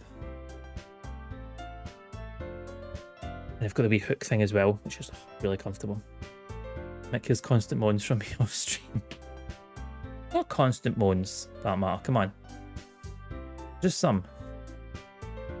Compared to that, so I get it. Kind of surprised though. Well, I'm the one acting immature. I already know that. You're trying to cheer me up all of a sudden. I know I'm not very good at it. Sorry if I say something bad. Asuki is the only one surprised. Monika is also taken aback by Yuri's words. I'm sure Reze has trouble with the words trying to cheer someone up must be far out of her own comfort zone. But I begin to understand. Yuri was trying to sound like Shiori. Even if it didn't work perfectly, I can tell she tried to say something Shiori would say at a time like this. Because Shiori always helps everyone smile and feel good about themselves. Kinda appreciate it. I'm sorry for making a big deal out of nothing. I'm going to say this. You better bet that my cupcakes are going to be the best part of the whole event. I believe you. I hope to see everyone do their best. But with that, that's all for today. So I guess it's time for us to head out. Right. Well, let's get out of here then. Everyone packs up their things. I start to follow Monika and Natsuki out the door as they chat between each other. I turn around. Sorry, I realise I don't have any way of contacting you this weekend. You're right. The band James. Yeah, I should have said yeah. That matters. Always playing the banjo. Not just in this stream. Can't believe it slipped my mind. Should I give you my phone number? I think that would be the best way, yes. Alright. Okay, now I'm stopping by your house on Sunday. My house. Is that a problem? No, you fire in. So we're supposed to finger a G-string. The Dark Matter's on it. I just thought that'd be the one going to your house since I'm the one helping you. Yeah, that makes sense. But if you don't mind, I think I prefer going to your house. Alright, in that case, it won't be a problem. Then not to press Yuri for a reason. It's not like I should matter much either way, so I'll just need to make sure my room is clean. Hope I manage to make myself useful in some way. I'm not nearly as creative as you are. Don't underestimate yourself. I think we'll make a very productive team. Even if you only just makes you feel bad or something. You don't actually think that, do you? I don't know. It's difficult to come up with any other reason you may have chosen me. Getting the one reason with the most common sense. Chose to help because that's what I want to do. But Yuri thinks to herself with an extremely tense expression. Yuri, you're overthinking this. You want me to point out when you're overthinking, right? I didn't realise. Telling you I want to. All there is. You believe me? Yuri thinks really hard again. She looks straight into my eyes for a long while.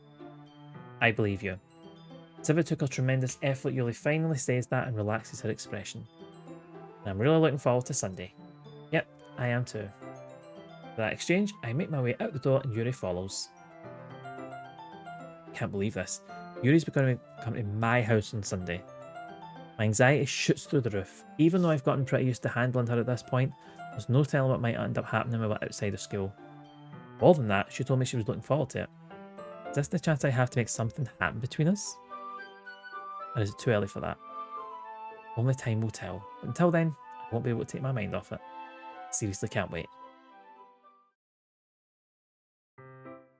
Trigger warning. Okay. Good to know. Fuck either way. Let me think it's good for your partner, man. Brilliant. It's already Sunday. I begin increasingly anxious about Yuri's upcoming visit. I keep telling myself there's no reason to be nervous, but it doesn't help much. Yuri is clearly an introvert and also an intimate person in general. There's no doubt she'll open up a little bit if it's just the two of us. Meanwhile, we've been texting occasionally. She was extremely apprehensive at first, but it wasn't long before I was already learning more about her. Putting Yuri aside, I haven't heard a thing from Sayori since she left the club earlier the other day.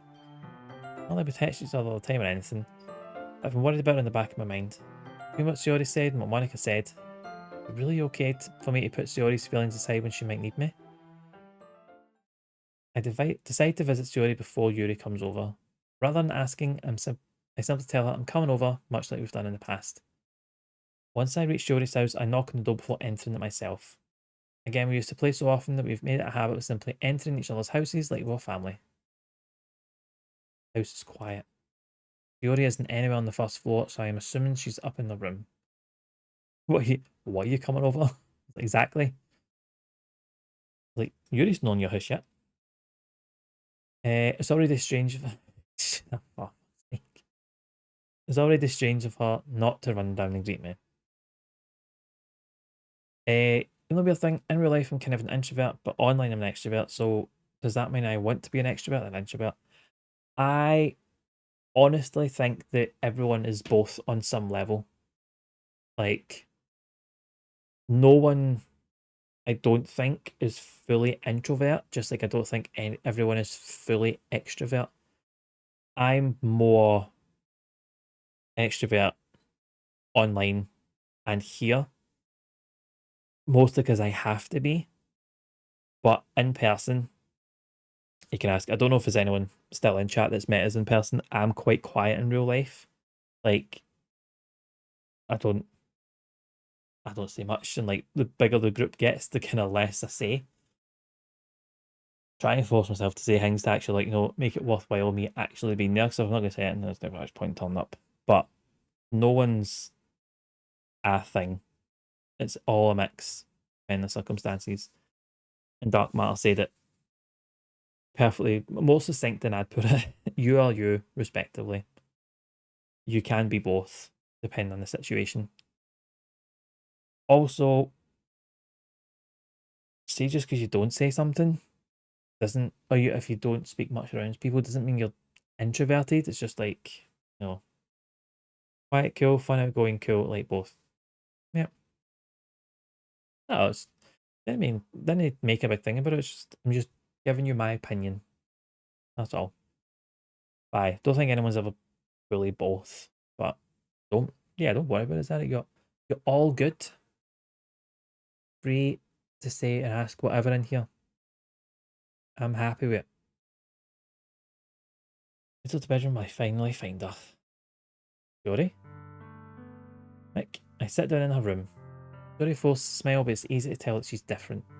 There's a minute of silence between us. It's okay to be deep, just like all kinds of deep in here. You know that, Dark Matter. You've been around long enough. You haven't come over on this list in a long time, have you? Yes, you're right. It's been a long time. Not much has really changed, has it? Siore's room is as messy as it's always been.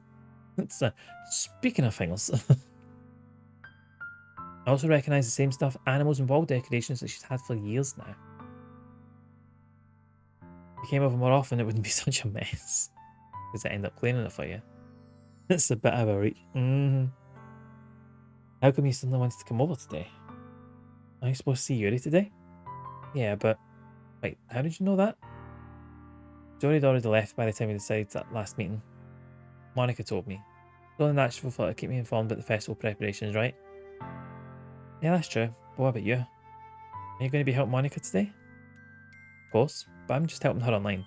We don't plan to meet up or anything. It's just me and Yuri then. Yep. There's more silence between us. Yuri stares in a random direction. Emerald, how's it going, pal? How are you doing? How's your Thursday treating you? How's your week been? Actually, how's it all going? Everything about her behaviour is really uncharacteristic. I finally get to the point. I just wanted to see how you were doing. After you left on Friday, and something's wrong, you can't hide it from me. Fun alright, having a chill evening and cuddling the woofer? Can you pass on some hugs from me? And everyone else. Like... But love a wee chill evening. What have you been doing with your evening then? What have you been up to?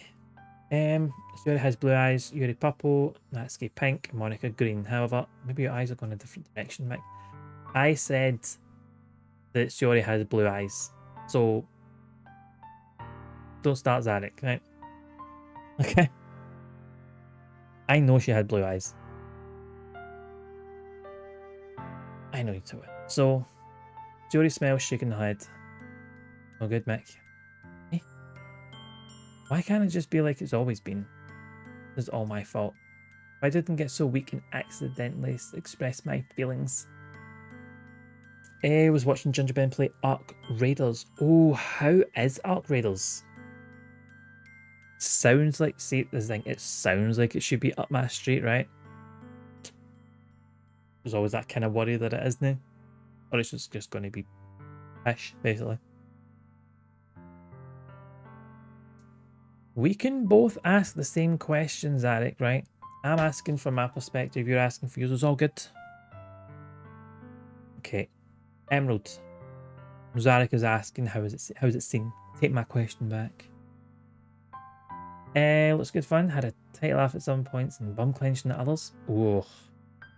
Right. Oh, a right laugh. Tight laugh.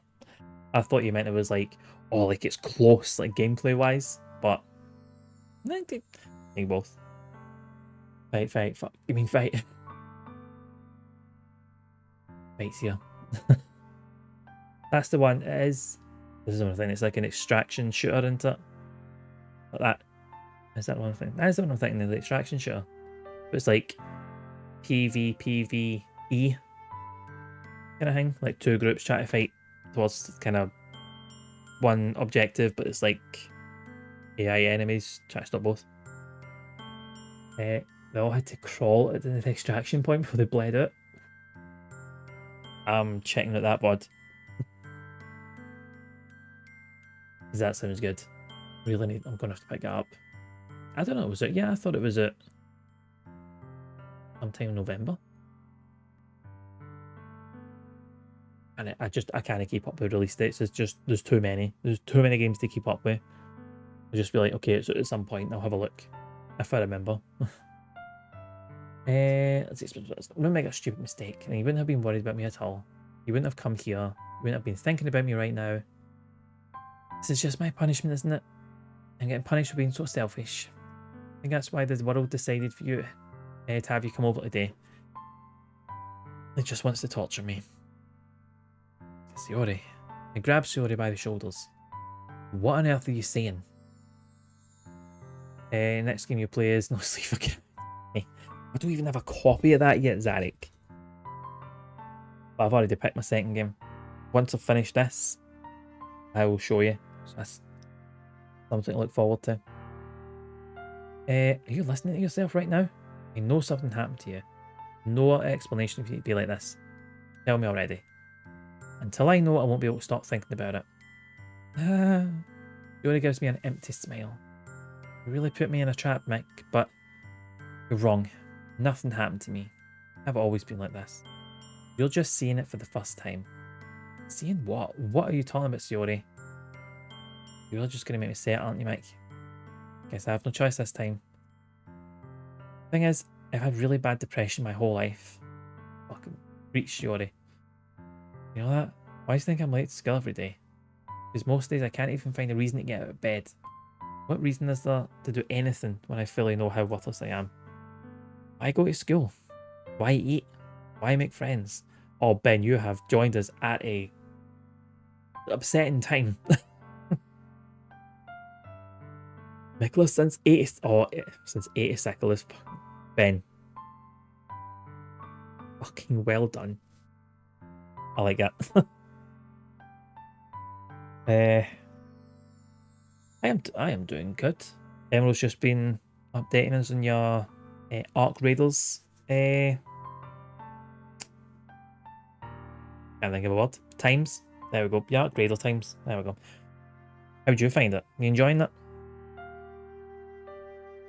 But to make is game's dark or this is dark? We're just going to like proper depression chat. Oh, it's not working, so I'm pressing the shift button. But it feels like, and that's why I just want to make everyone happy. Anyone worrying about me. I'm in shock. I can't even figure out how to respond. How is it possible that Sayori kept this from me the entire time that I've known her? Does she really so badly want for me to just not think about her? Why, Sayori? Why is it you've never told me about this?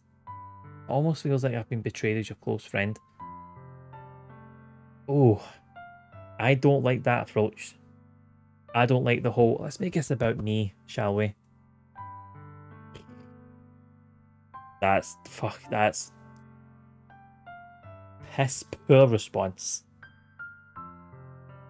If I knew I would have done everything I could to support you, even if there's only so much that I could do. I would have tried a little bit harder to make every day a little bit better for you. That's why I'm your friend. All you had to do was tell me. Oh, you don't understand at all, Mick. Love an upgrade so far. More accessible than most distraction shooters. That's what I like to hear. I need my extraction shooters to be more accessible. Because I'm shit at them. I need all the help I can get. But aye, retro sci-fi, I do like it. I'm playing the game, Zarek. Sorry. Excuse me for looking at chat. John explains how burdening others frees his heart in-game, Mick. Fucking watch this. Aye, sorry, Zarek. Why do you think I didn't tell you? If I told you, then you would have to waste effort caring about me instead of doing important things. I don't want to be cared about. It's bittersweet when people try to care about me. It feels nice sometimes, but it also feels like a bat being swung against my head. That's why I wanted so badly for you to make friends with everyone else. Helping everyone be happy together is the best thing for me. Then I discovered something else too. Seeing you make friends and get closer with everyone in the club feels like a spear going through my heart. But that's why. That's why I decided the world just wants to torture me. Every path leads to nothing but hurt. You're right, I don't understand. I don't understand your feelings at all, Sayori. But I don't need to understand. Whatever it takes for me to help you stop hurting, that's what I'll do. No, Mick. There's nothing at all. The only thing that could have helped is if everything could be like it always was. But I was selfish. I finally showed you what a horrible person I am. Tears streaked down Shiori's face. I made you join the literature club because I was so selfish, and I was punished by my heart hurting in a way that I couldn't understand. And now you came here and I made you hurt too. Understanding when you can does matter. Christ, I'm gonna say. Yeah, this is pretty sad, Zarek. I'm just weak and selfish, that's all I am. And that's why I'm going to accept these punishments, because I deserve every last one. Without thinking, I once again grab Shiori's shoulders. This time, I pull her into a tight embrace. Nick, Shiori, I don't care if you feel selfish. I'm really happy that you convinced me to join the club. Seeing you every day makes it worthwhile enough. If I make friends with everyone else, then that's just a bonus. But please never underestimate how much I care about you. I wouldn't have it any other way. Shiori isn't hugging me back. Despite my arms being wrapped around her, Shiori's arms remain at her sides. She starts sobbing next to my ear. Don't do this to me. Please don't do this. Shiori barely manages to speak between her sobs. I don't know if I'm doing the right thing. Accepting is nice. Yeah, definitely. All I want for her is to know that I care. If you have it in you to call yourself selfish, then you have to let me be selfish too. No matter what it takes, I'll figure out what needs to change. No, just a hug, Zarek. I'll make these feelings go away. If there's anything you need me to do, then you better tell me. I'll get mad if you don't. I don't know. I don't know. I don't know. Gently, Shiori finally pulls her arms around me in return. I don't know anything. All really scary. I don't understand any of my feelings. The only time I'm not feeling nothing is when I'm feeling pain, but your hugs are so warm, and that's really scary too. Shiori lets me go. As she does so, I let her go as well. Festival's tomorrow. Yeah, it's going to be fun, right? Yeah. How would you like for me to spend it all with you? It's what I want. Promise. I think that would be nice then. Shiori wipes her eyes. If I could spend the whole day here, I would. Of all days, this has to be the one I have other plans. Maybe I should cancel. No, don't. Please don't. If you did that, then I really wouldn't forgive you. But it's almost time for you to meet me at my house. At the very least, you want to come along and help out. It would be fun. To my surprise, Shiori shakes her head. I'm sorry, I don't know if that would get it very good for me today. You understand, right? It's kind of hard for me to fully understand, but I'm trying my hardest. It's okay, don't worry too much about it. I'll see you tomorrow, okay? I really hope so. I look forward to it. Say goodbye to Shiori and exit her house. On the way home, I find myself still feeling uneasy. But it's hard for me to keep thinking about it when Yuri's about to come over too. I think Shiori is right. I shouldn't be worrying too much, and we're definitely going to have a great time tomorrow. I should just focus on what's ahead of me. As I approach my house, I see something that makes me feel a moment of panic. Yuri? Thank goodness, you're a little early. I'm sorry I wasn't home yet. Were you waiting for a long time? No, I just got here. I started getting really nervous when nobody answered the doorbell. You always could have texted me. If I'd known I would have reassured you and hurried more on the way home. Sentences. I suppose that's true. I didn't think of that for some reason. It should be common sense to do that, but I decided to ignore it. Anyway, let's go inside. So you brought a lot of stuff for you? That's right. Did you manage to find everything I asked you to buy as well? Yeah, pretty much. At least I hope I got everything right. I'm sure it'll be fine. I take Yuri to my room. First thing she does is glance around curiously, which makes me feel anxious. There's a lot of empty walls. Where's the personality? So clean. I cleaned it before you came over, so very considerate of you to do. I would be really embarrassed for my room to be a mess while you were here. Well, I do enjoy cleaning. I would gladly have helped you clean. That would have been even more embarrassing. Oh, wait, don't look in there. I snatched Yuri's wrist, which was in the process of opening a desk drawer of mine. I'm sorry, I wasn't thinking for some reason. I was just spacing out. It's fine, it's fine. I let go of Yuri's wrists. She put both of her hands firmly in her lap, as if making sure she's keeping track of them.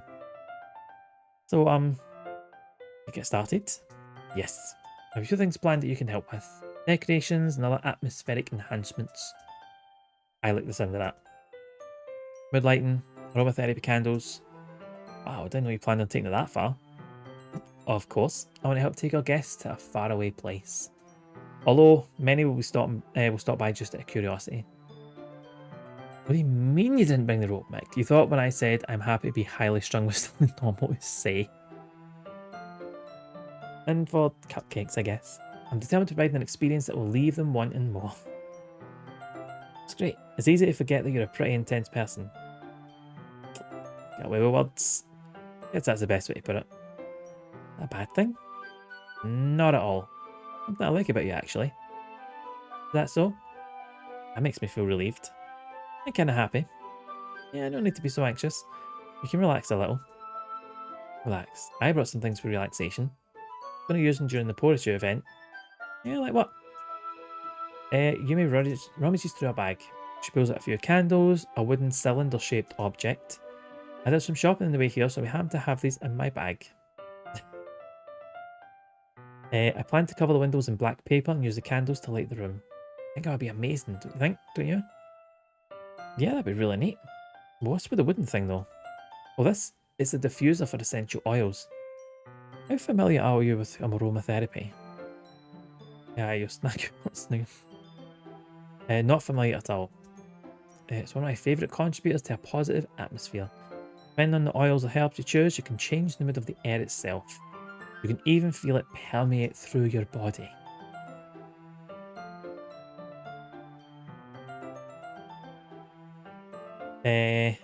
Have I just missed a reference there? Zarek. Relaxation, positive energy, romance, reflection. Almost like magic. Yuri takes the cylinder and pushes a switch on the bottom.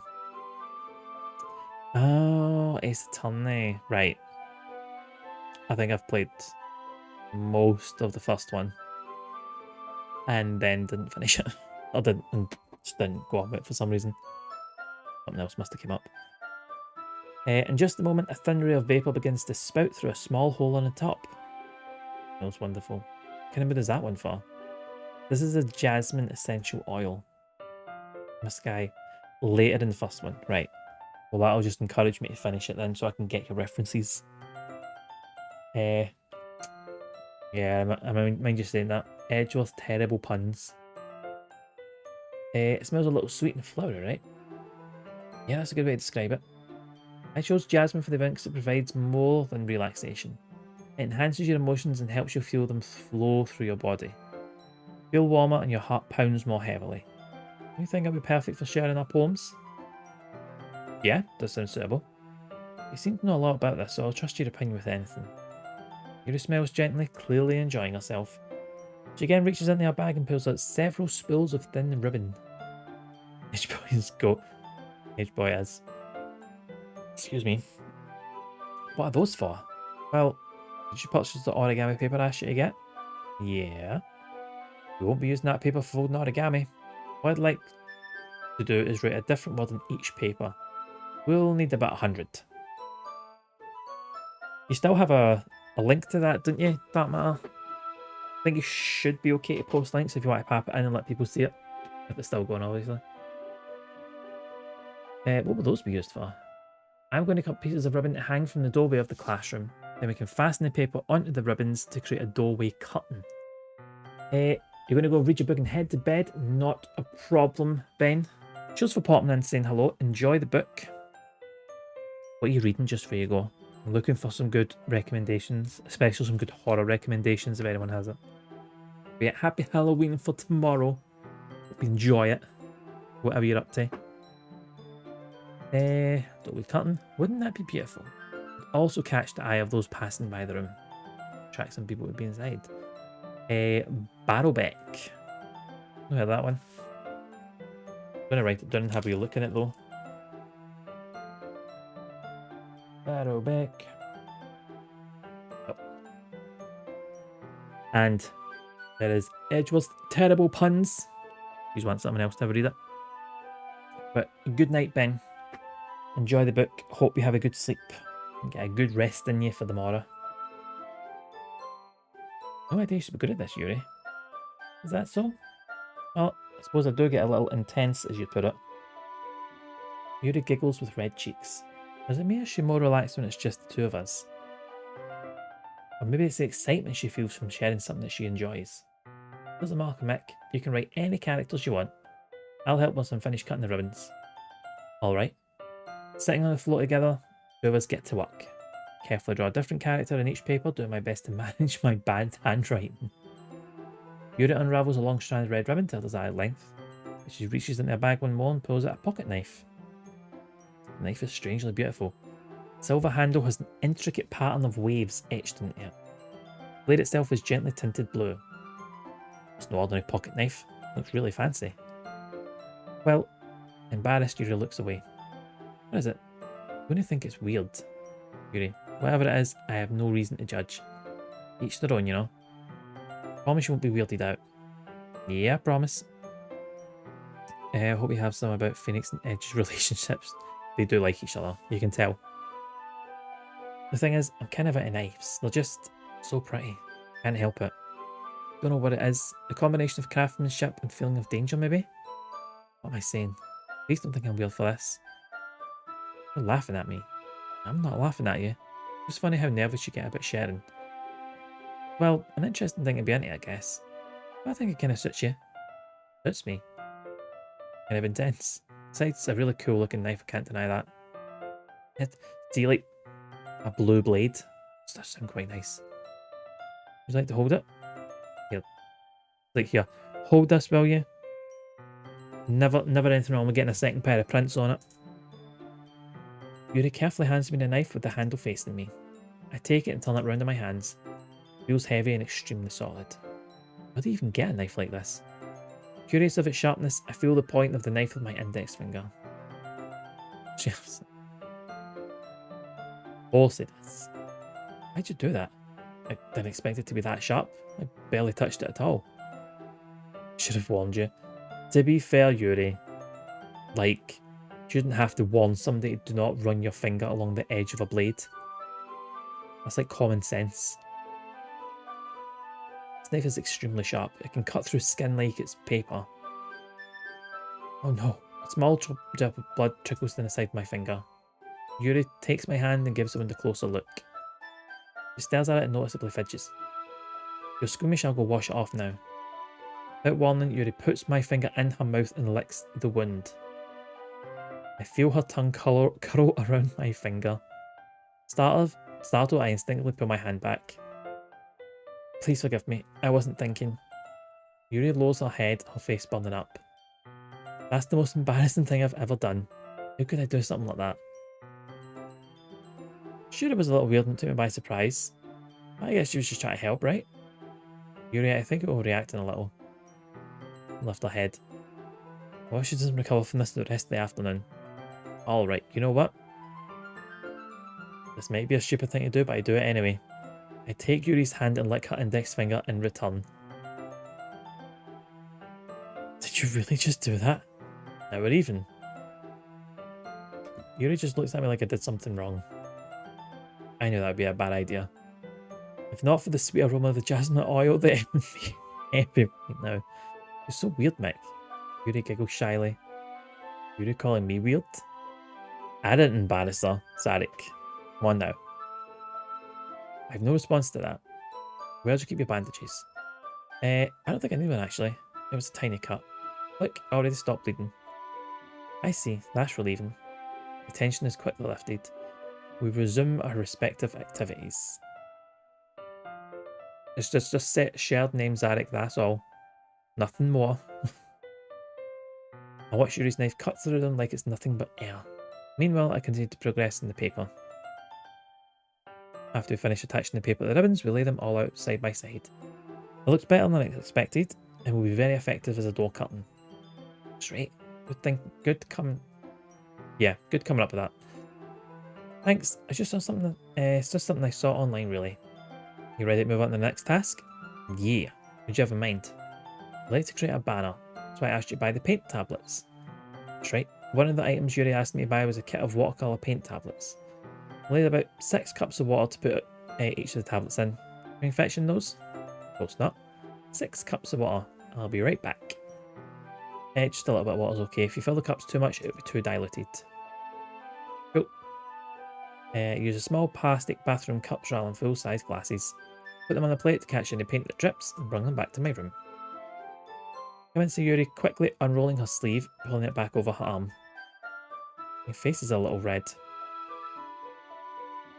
Is it too hot in here? Not at all. Nothing wrong, so mix the paint. Okay. Yuri hurriedly dismissed me and takes it upon herself to unwrap the tablets, dropping them into cups. Thought I'd do something simple that would look very nice.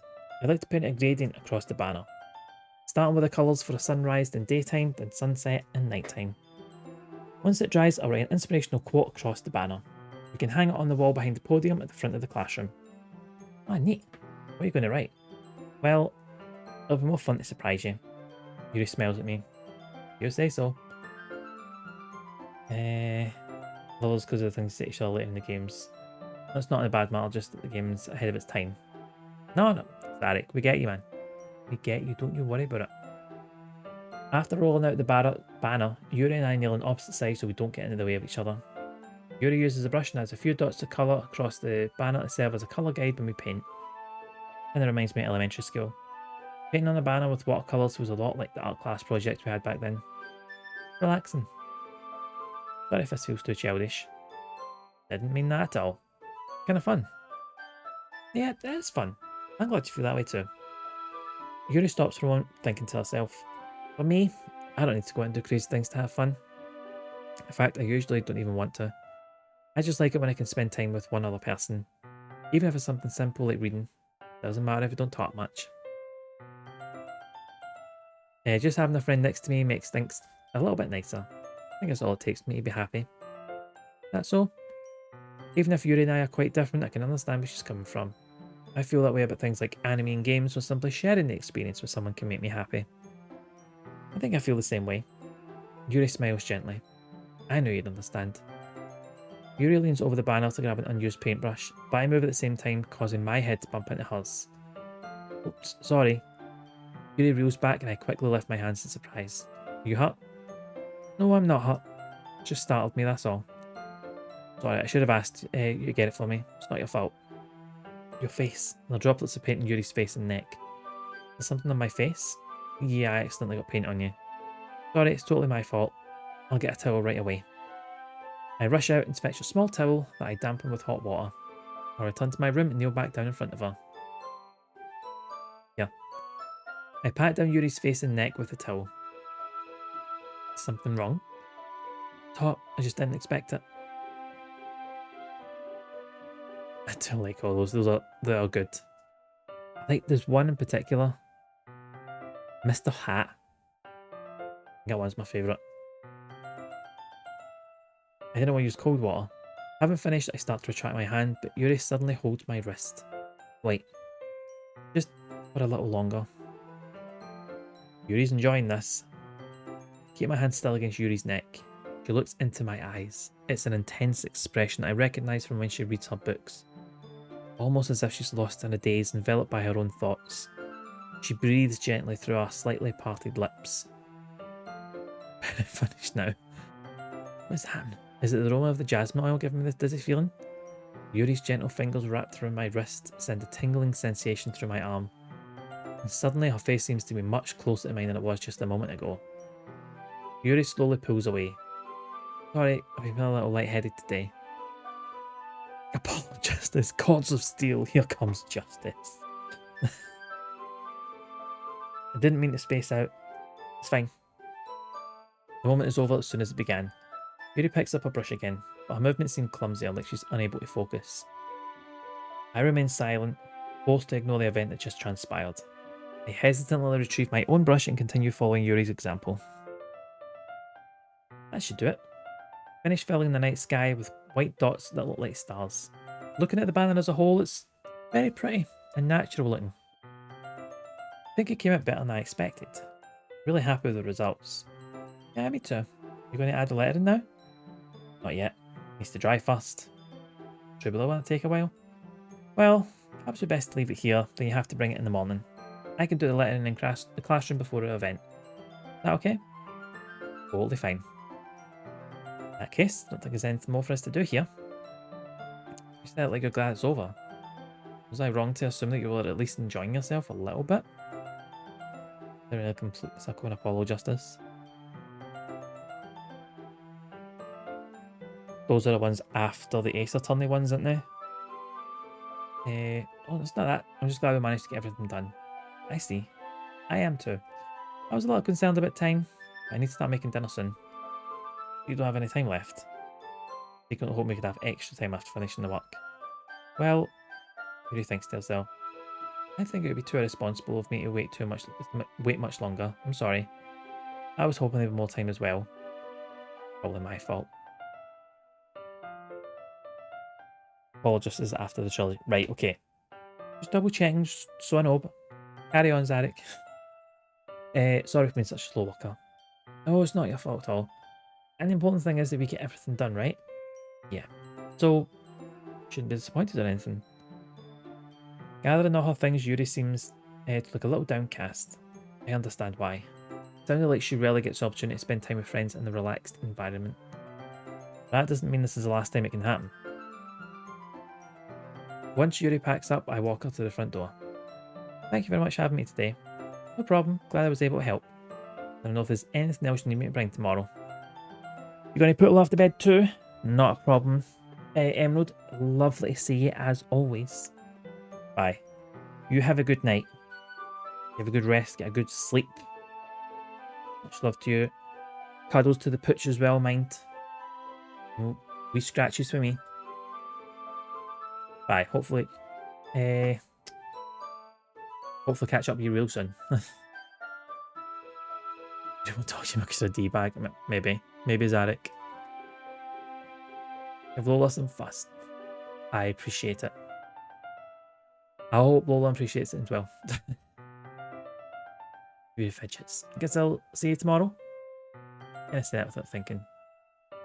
About today, it's fine that we didn't have as much time as we wanted because we can do this again. Whenever you want, you can come over. We can go hang out somewhere. I don't like going out much. I stumble over my words. Yuri simply smiles bashfully. Anyway, you know what I'm trying to say. So, I could get in my pants and hang them up properly. All anyone can ask. All the least everyone can expect. You're very thoughtful. Yuri takes a step closer to me, then briefly squeezes my hand. I kind of like that about you. Well, I was supposed to respond to that. But I don't even get a chance to say it. A chance to as Yuri suddenly pulls back. Yuri? Hi. Yuri. Just now we went... Okay. I just stopped by to say hi. No, the music stopped. Well, it's nice to see you. I'm sorry, but I'm on my way to leave. Oh, really? Hi, there's just no sound. Istanbul. It's alright, but we'll be together at the festival tomorrow, so that's fine, right? Of course. So, see you tomorrow. The embarrassed Yuri hurries off. Yuri waves goodbye after her. Why didn't I come over today? Well, I tried staying in my room. Wanking my tape. Cheers, Zarek.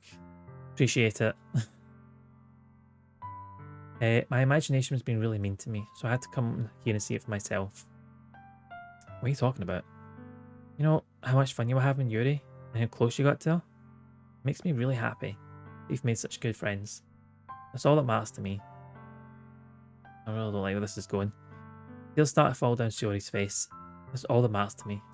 Why am I feeling this way? I'm supposed to be happy for you. Here comes Chaplin. You can see him just in the back window on the left there. Why does it feel like my heart's splitting in half? It hurts so much. Everything hurts so much. This would be so much better if I could just disappear. Yeah, sorry, I really don't need to be saying stuff like that. It's true. If I wasn't here, they wouldn't have to waste your sympathy on me. Chaplin. Sorry, always Chaplin. Well, his stick in his walking cane. You have to put up with me being selfish. Monica was right. It's just Monica. Right about what? What I said before, it's true. I'm not going to let this continue. Caring about you like this isn't the burden your mind is making it out to be. It's something that makes me happy. It's something I wouldn't trade for anything else. Even if it takes an entire lifetime, I'm going to be by your side until you don't feel any more pain. Dori looks away. Put a hand on her shoulder to reassure her. I'm scared. I'm really scared. What are you scared of, Shiori? I'm scared that I might like you more than you like me. It's true, isn't it? I was weak and started to like you too much. I did this to myself. I like you so much that I want to die. That's how I feel. Chaplain will the other stash person can rot. Yeah, 100%. That's enough, Shiori. I don't want you to hurt anymore. Slide my hand down to Shiori's arm and squeeze her hand in my own. Do you remember how I said I always know what's best for you? Do you still believe me? Shiori nods. Oh yeah, aye. Even if you don't understand all your own feelings, I know what you need the most right now. And that's what I'm going to give you.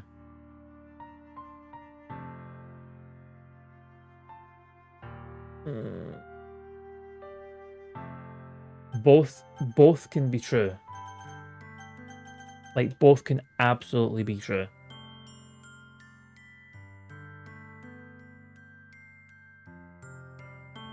I don't know what to do here.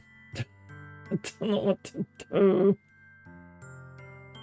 Oh, I feel like I'm worried I'm going to get the wrong thing. But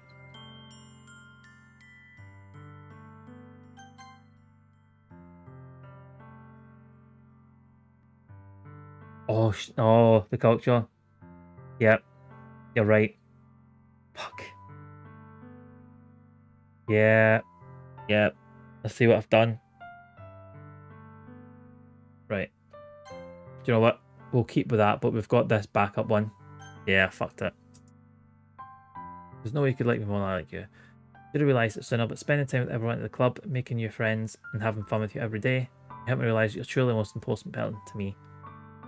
That's why I'll accept any of your burdens. As long as we continue like this every day, with you by my side, then we'll both be happy. Yep. Suddenly, Shiori wraps up, arms tightly round me. Is this really okay? Hold Shiori in my arms and pull her closer. You'll never have to let go of me again. I love you, I want to be with you forever. I feel Shiori's grip around me weaken a little. What is this? I'm supposed to be happy right now. I always thought this would be the happiest moment for me, but why? Even now, why want the rain cloud to go away? They're not going away at all, Mick. Okay, it might take some time for things to get better again, but no matter how long it takes, I'll be there every step of the way. That's all that matters right now. I trust you. So you and I slowly release each other. Guess that makes the festival tomorrow our first date, eh? Can you really fuck up? Maybe. What are you saying? I don't want to think about those things, you know. I want everything to be the same as it's always been. Yeah. Even if we really are a couple, I don't know if I can handle anything more right now. Really new and scary. I understand. We'll go whatever pace suits you best. Jodie gazes at me once again, smiling sadly. Even if I get really, really sad, this is the best thing for me, right? I don't really understand what Jodie means by that. Are you saying this is making you feel sad? I don't know. I don't understand what I'm feeling. I felt like a bunch of thorns when you told me you love me. That's why I want to trust you. You know what's best for me. Yeah, I do. That's my promise. Maybe we'll just do whatever with zero capability. I say that, but in reality, I've never felt more uncertain when it comes to Shiori. I know that I love her and she loves me, but I'm having as much trouble understanding Shiori's feelings as she is. Even though I can comfort her, I keep wondering if I should be doing something more or something different. I know these thoughts will continue to plague me until things are back to the way they were. Is that what Shiori meant by not wanting anything to change? I don't know. Yeah, therapy, capital letters. But I know that'll give it everything I've got. You're tiny. Shiori is the most important person to me, and I'll do whatever it takes to have a happy future with her. It's the day of the festival. Of all days, I expected this to be the one where I'd be walking to school with Shiori. Shiori isn't answering her phone. Instead of going to her house to wake her up, but saying that's a little too much. Meanwhile, the preparations for the event should be nearly complete. Final urine I painted is dry, and I gently rolled it up to take with me. Sent me a pleasant text reminding me not to forget anything, and I reassured her. Funnily enough, I probably feel the same way as Natsuki about the event. I have a burden heavier than Atlas. My own principle. Quick question. Is there much more of the game? Because I've realised the time and it is getting on a bit, so I don't want to go too late because I'm up like, I'm like proper first thing tomorrow kind of thing. Like, yeah, we're getting up at 6:30, 7. I'm more excited for the viewers and spending time and you're at the festival. Knowing Monica, I'm sure the event will be great too. The first one here. Thanks for being early. Funny, I thought at least Yuri would be here by now. Monica is placing little booklets on each of the desks in the classroom. Must be the one she's prepared that have all the poems we're performing. In the end, I found a random poem online that I thought Monica would like and submitted it. So that's the one I'll be performing. Right, you didn't bring Suri with you. Yeah, she will slept again, that dummy. Think on days this important, she try a little harder. Atlas holds, yeah, Atlas holds the world. Didn't have principles heavy on it, but I guess unlike Atlas, it isn't that. I say that, but suddenly I remember what Shiori told me yesterday. Suddenly feel awful knowing it's not nearly that simple for her. I only said it because of the way I'm used to thinking. But maybe I should have gone to wake her up after all. You should take a little responsibility for her, Mick. I mean, especially after your exchange with her yesterday. Kind of left her hanging this morning, you know? Change. Monica, you know about that? Of course I do. I'm the club president after all. Joke explained I wasn't joking. Derek, you didn't fuck anything up. Don't worry about it. Stammered, embarrassed. Should I really tell her about it that quickly? We're a couple now. I'm really planning on bringing it up with anyone yet. You don't know the full story at all, so alright, I probably know a lot more than you think. Being as friendly as usual, for some reason I feel a chill down my spine after hearing that. Hey, do you want to check out the pamphlets? Yeah, when you say you didn't mean to fuck up the joke. Yeah, of course we can. Swear as much as you want on here. I swear all the time, so it's a bit hypocritical if I get it banned in chat. You can, yeah. Just no slurs, obviously, so don't do that. But standard swearing, all good. Really nice. I grabbed one of the pamphlets laid out on the desk. Oh yeah, they really did. Something like this will definitely help people take the club more seriously. Yeah, I thought so too. Flip through the pages. Ah, no. No, I'm obviously I don't know why I say that. I know these are all good folk. I don't actually need to say that. Don't be for me to say that.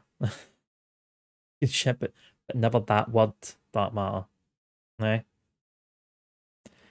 Each member's poem is neatly printed on its own page, giving an almost professional feel. I recognise Natsuki's and Yuri's poems and the ones they performed during their practice. This, I flipped to Yuri's poem, different from the from lunch practice. One I haven't read before. A lot of get out of my head. Get out of my head before I do what I know is best for you. Get out of my head before I listen to everything she said to me.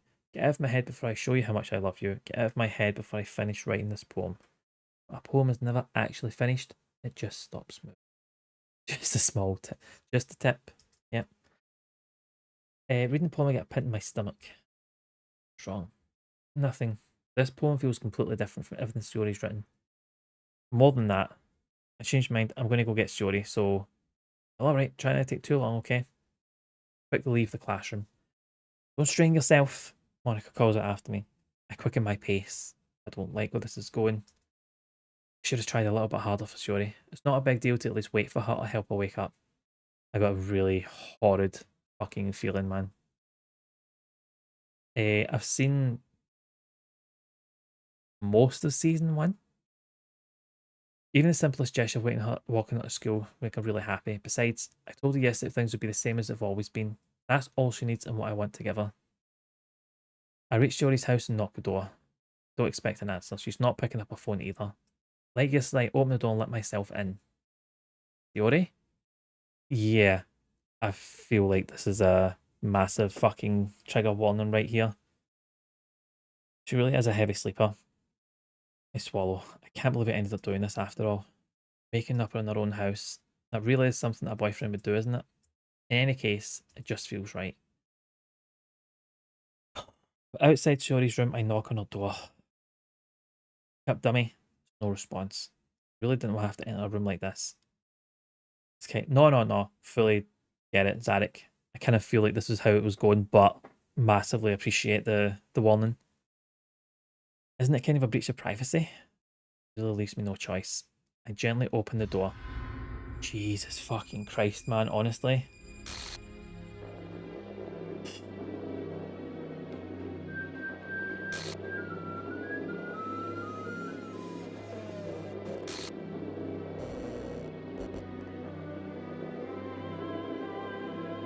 Books are fun, they said. What the hell? Is this a nightmare? It has to be. This isn't real. There's no way this can be real. Shiori wouldn't do this. Everything was normal up until a few days ago. I can't believe what my eyes are showing me. I suppressed the urge to vomit. Just yesterday I told her I'd be there for her. I told her I know what's best and everything will be okay. Why would she do this? How can I be so helpless? What did I do wrong? Confessing to her. I shouldn't have confessed to her. Not what Shiori needed at all. She even told me how painful it is for others to care about her. Why did I confess to her? I make her feel even worse. This would be cozy. Why was I so selfish? This is my fault. My swarming thoughts keep telling me everything I could have done to prevent this. Just spent more time with her, walked her to school, remained friends with her like it's always been. Could have prevented this. I know I could have prevented this. Screw the literature club, screw the festival. Just lost my best friend. Someone I grew up with. She's gone forever now, and nothing I can do can bring her back. This isn't some game where I can reset and try something different. I had only one chance and I wasn't careful enough, and I will carry this guilt with me until I die. Nothing in my life was worth more than hers, but I still couldn't do what she needed from me.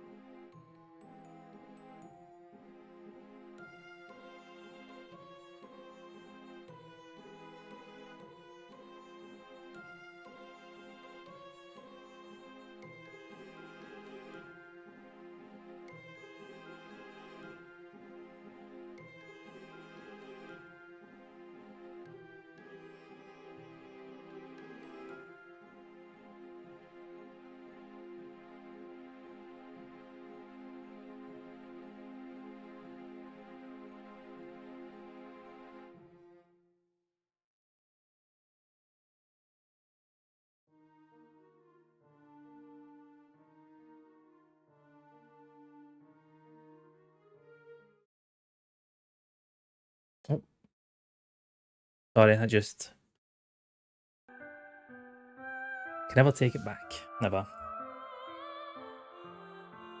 All good.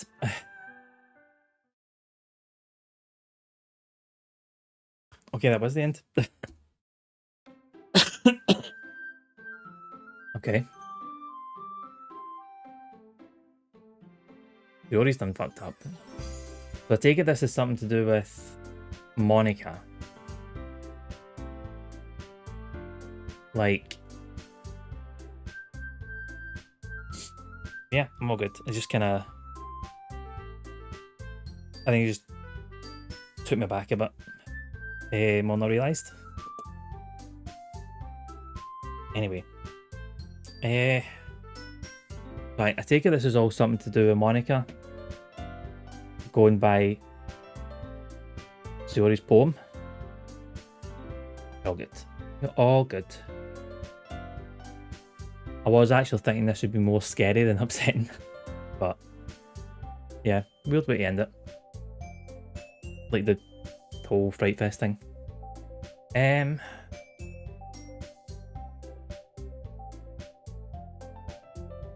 is this? The anger once was me. Just total publicity and attention. That girl is my neighbour and good friends. Kind of friends you never see yourself make today, but it kind of works out because you know each other for so long. Aye, so blah blah blah blah.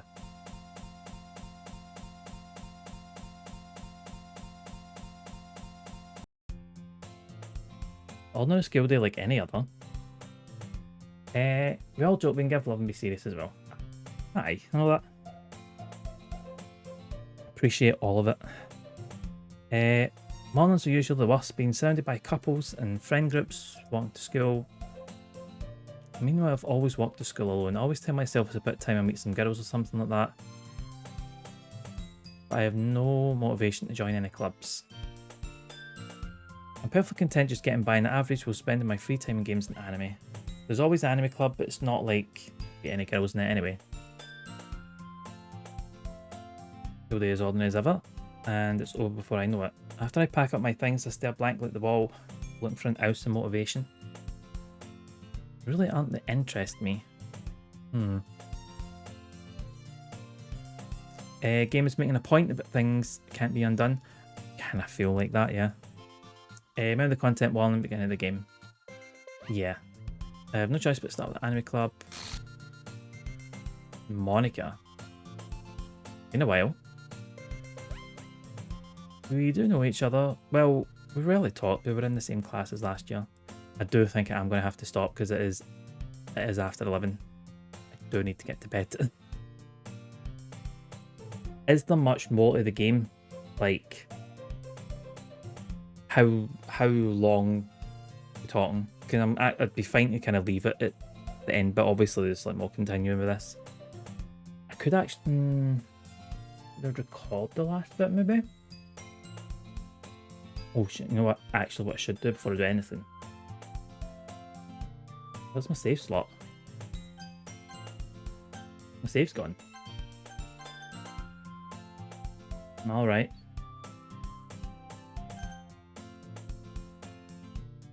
No, I know I was just asking that how long is there? Like, do you think? So if it's like an hour or so, you know, how long I can record and stick it on YouTube. Ooh, pardon me. Something calm and drink before bed. Yeah. Not just an hour. Alright, so quite a bit. So I should probably do this on...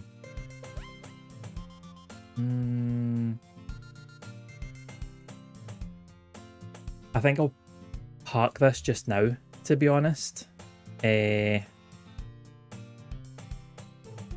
will come back to this at some point. I can't make them all.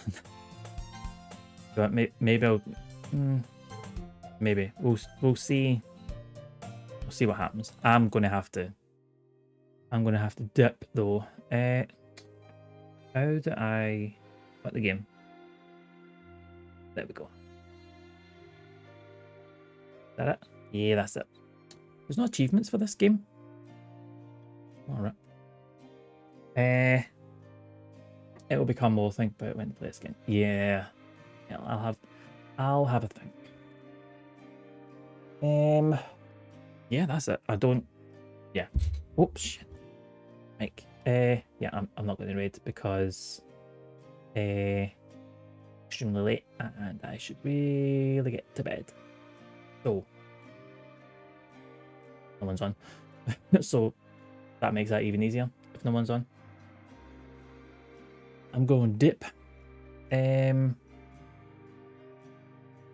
What day is this? Thursday. I'll be back on Sunday. Actually, before I do that,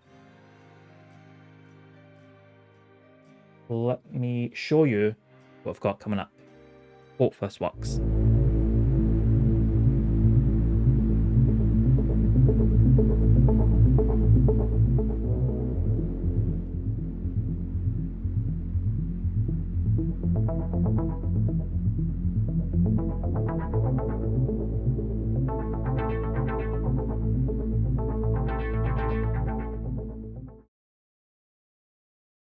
Peggy 18.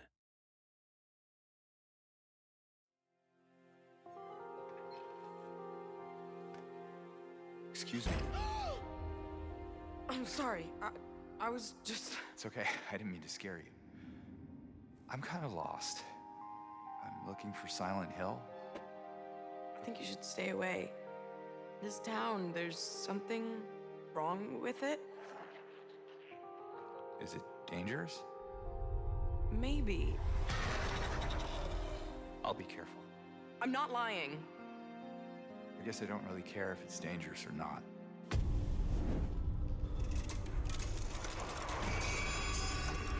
I'm going either way. No, you shouldn't be here.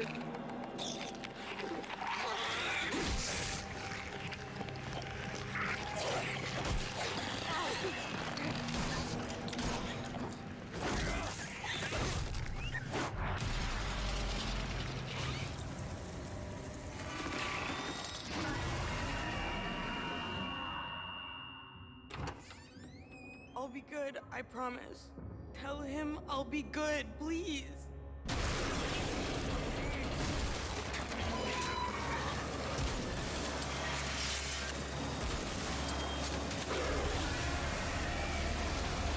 No, please.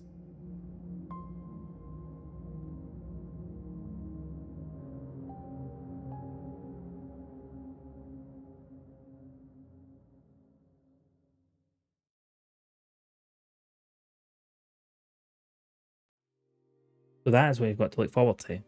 So we will, yeah, we're going to be starting Pokemon on Sunday. We're going to be wandering through the foggy streets of Silent Hill, seeing what monsters we can catch. Not quite sure we'll catch them in yet, but we'll catch them. Anyway, cheers for joining us. That was a lot heavier than I thought it was going to be. I will figure out when I'll stream that. Oh, Dead of Night. I did, at Dead of Night, took a note of that, Zarek. I will have a wee look. See what that's about. But that's your lot for now. I'm going to go to bed. I am tired. Very, very overtired. It seems. Yeah. Back on Sunday, 3 PM Scottish time. Still not quite sure the time difference between everybody. I'll figure it out one day. But make a start on Silent Hill. I will not be streaming this Monday morning because I'm in work. Can't have that. But I'll go out on the Sunday and the Tuesday, Thursday next week. Till then, take care of yourselves. I'll catch you all in the next one. Good night, all.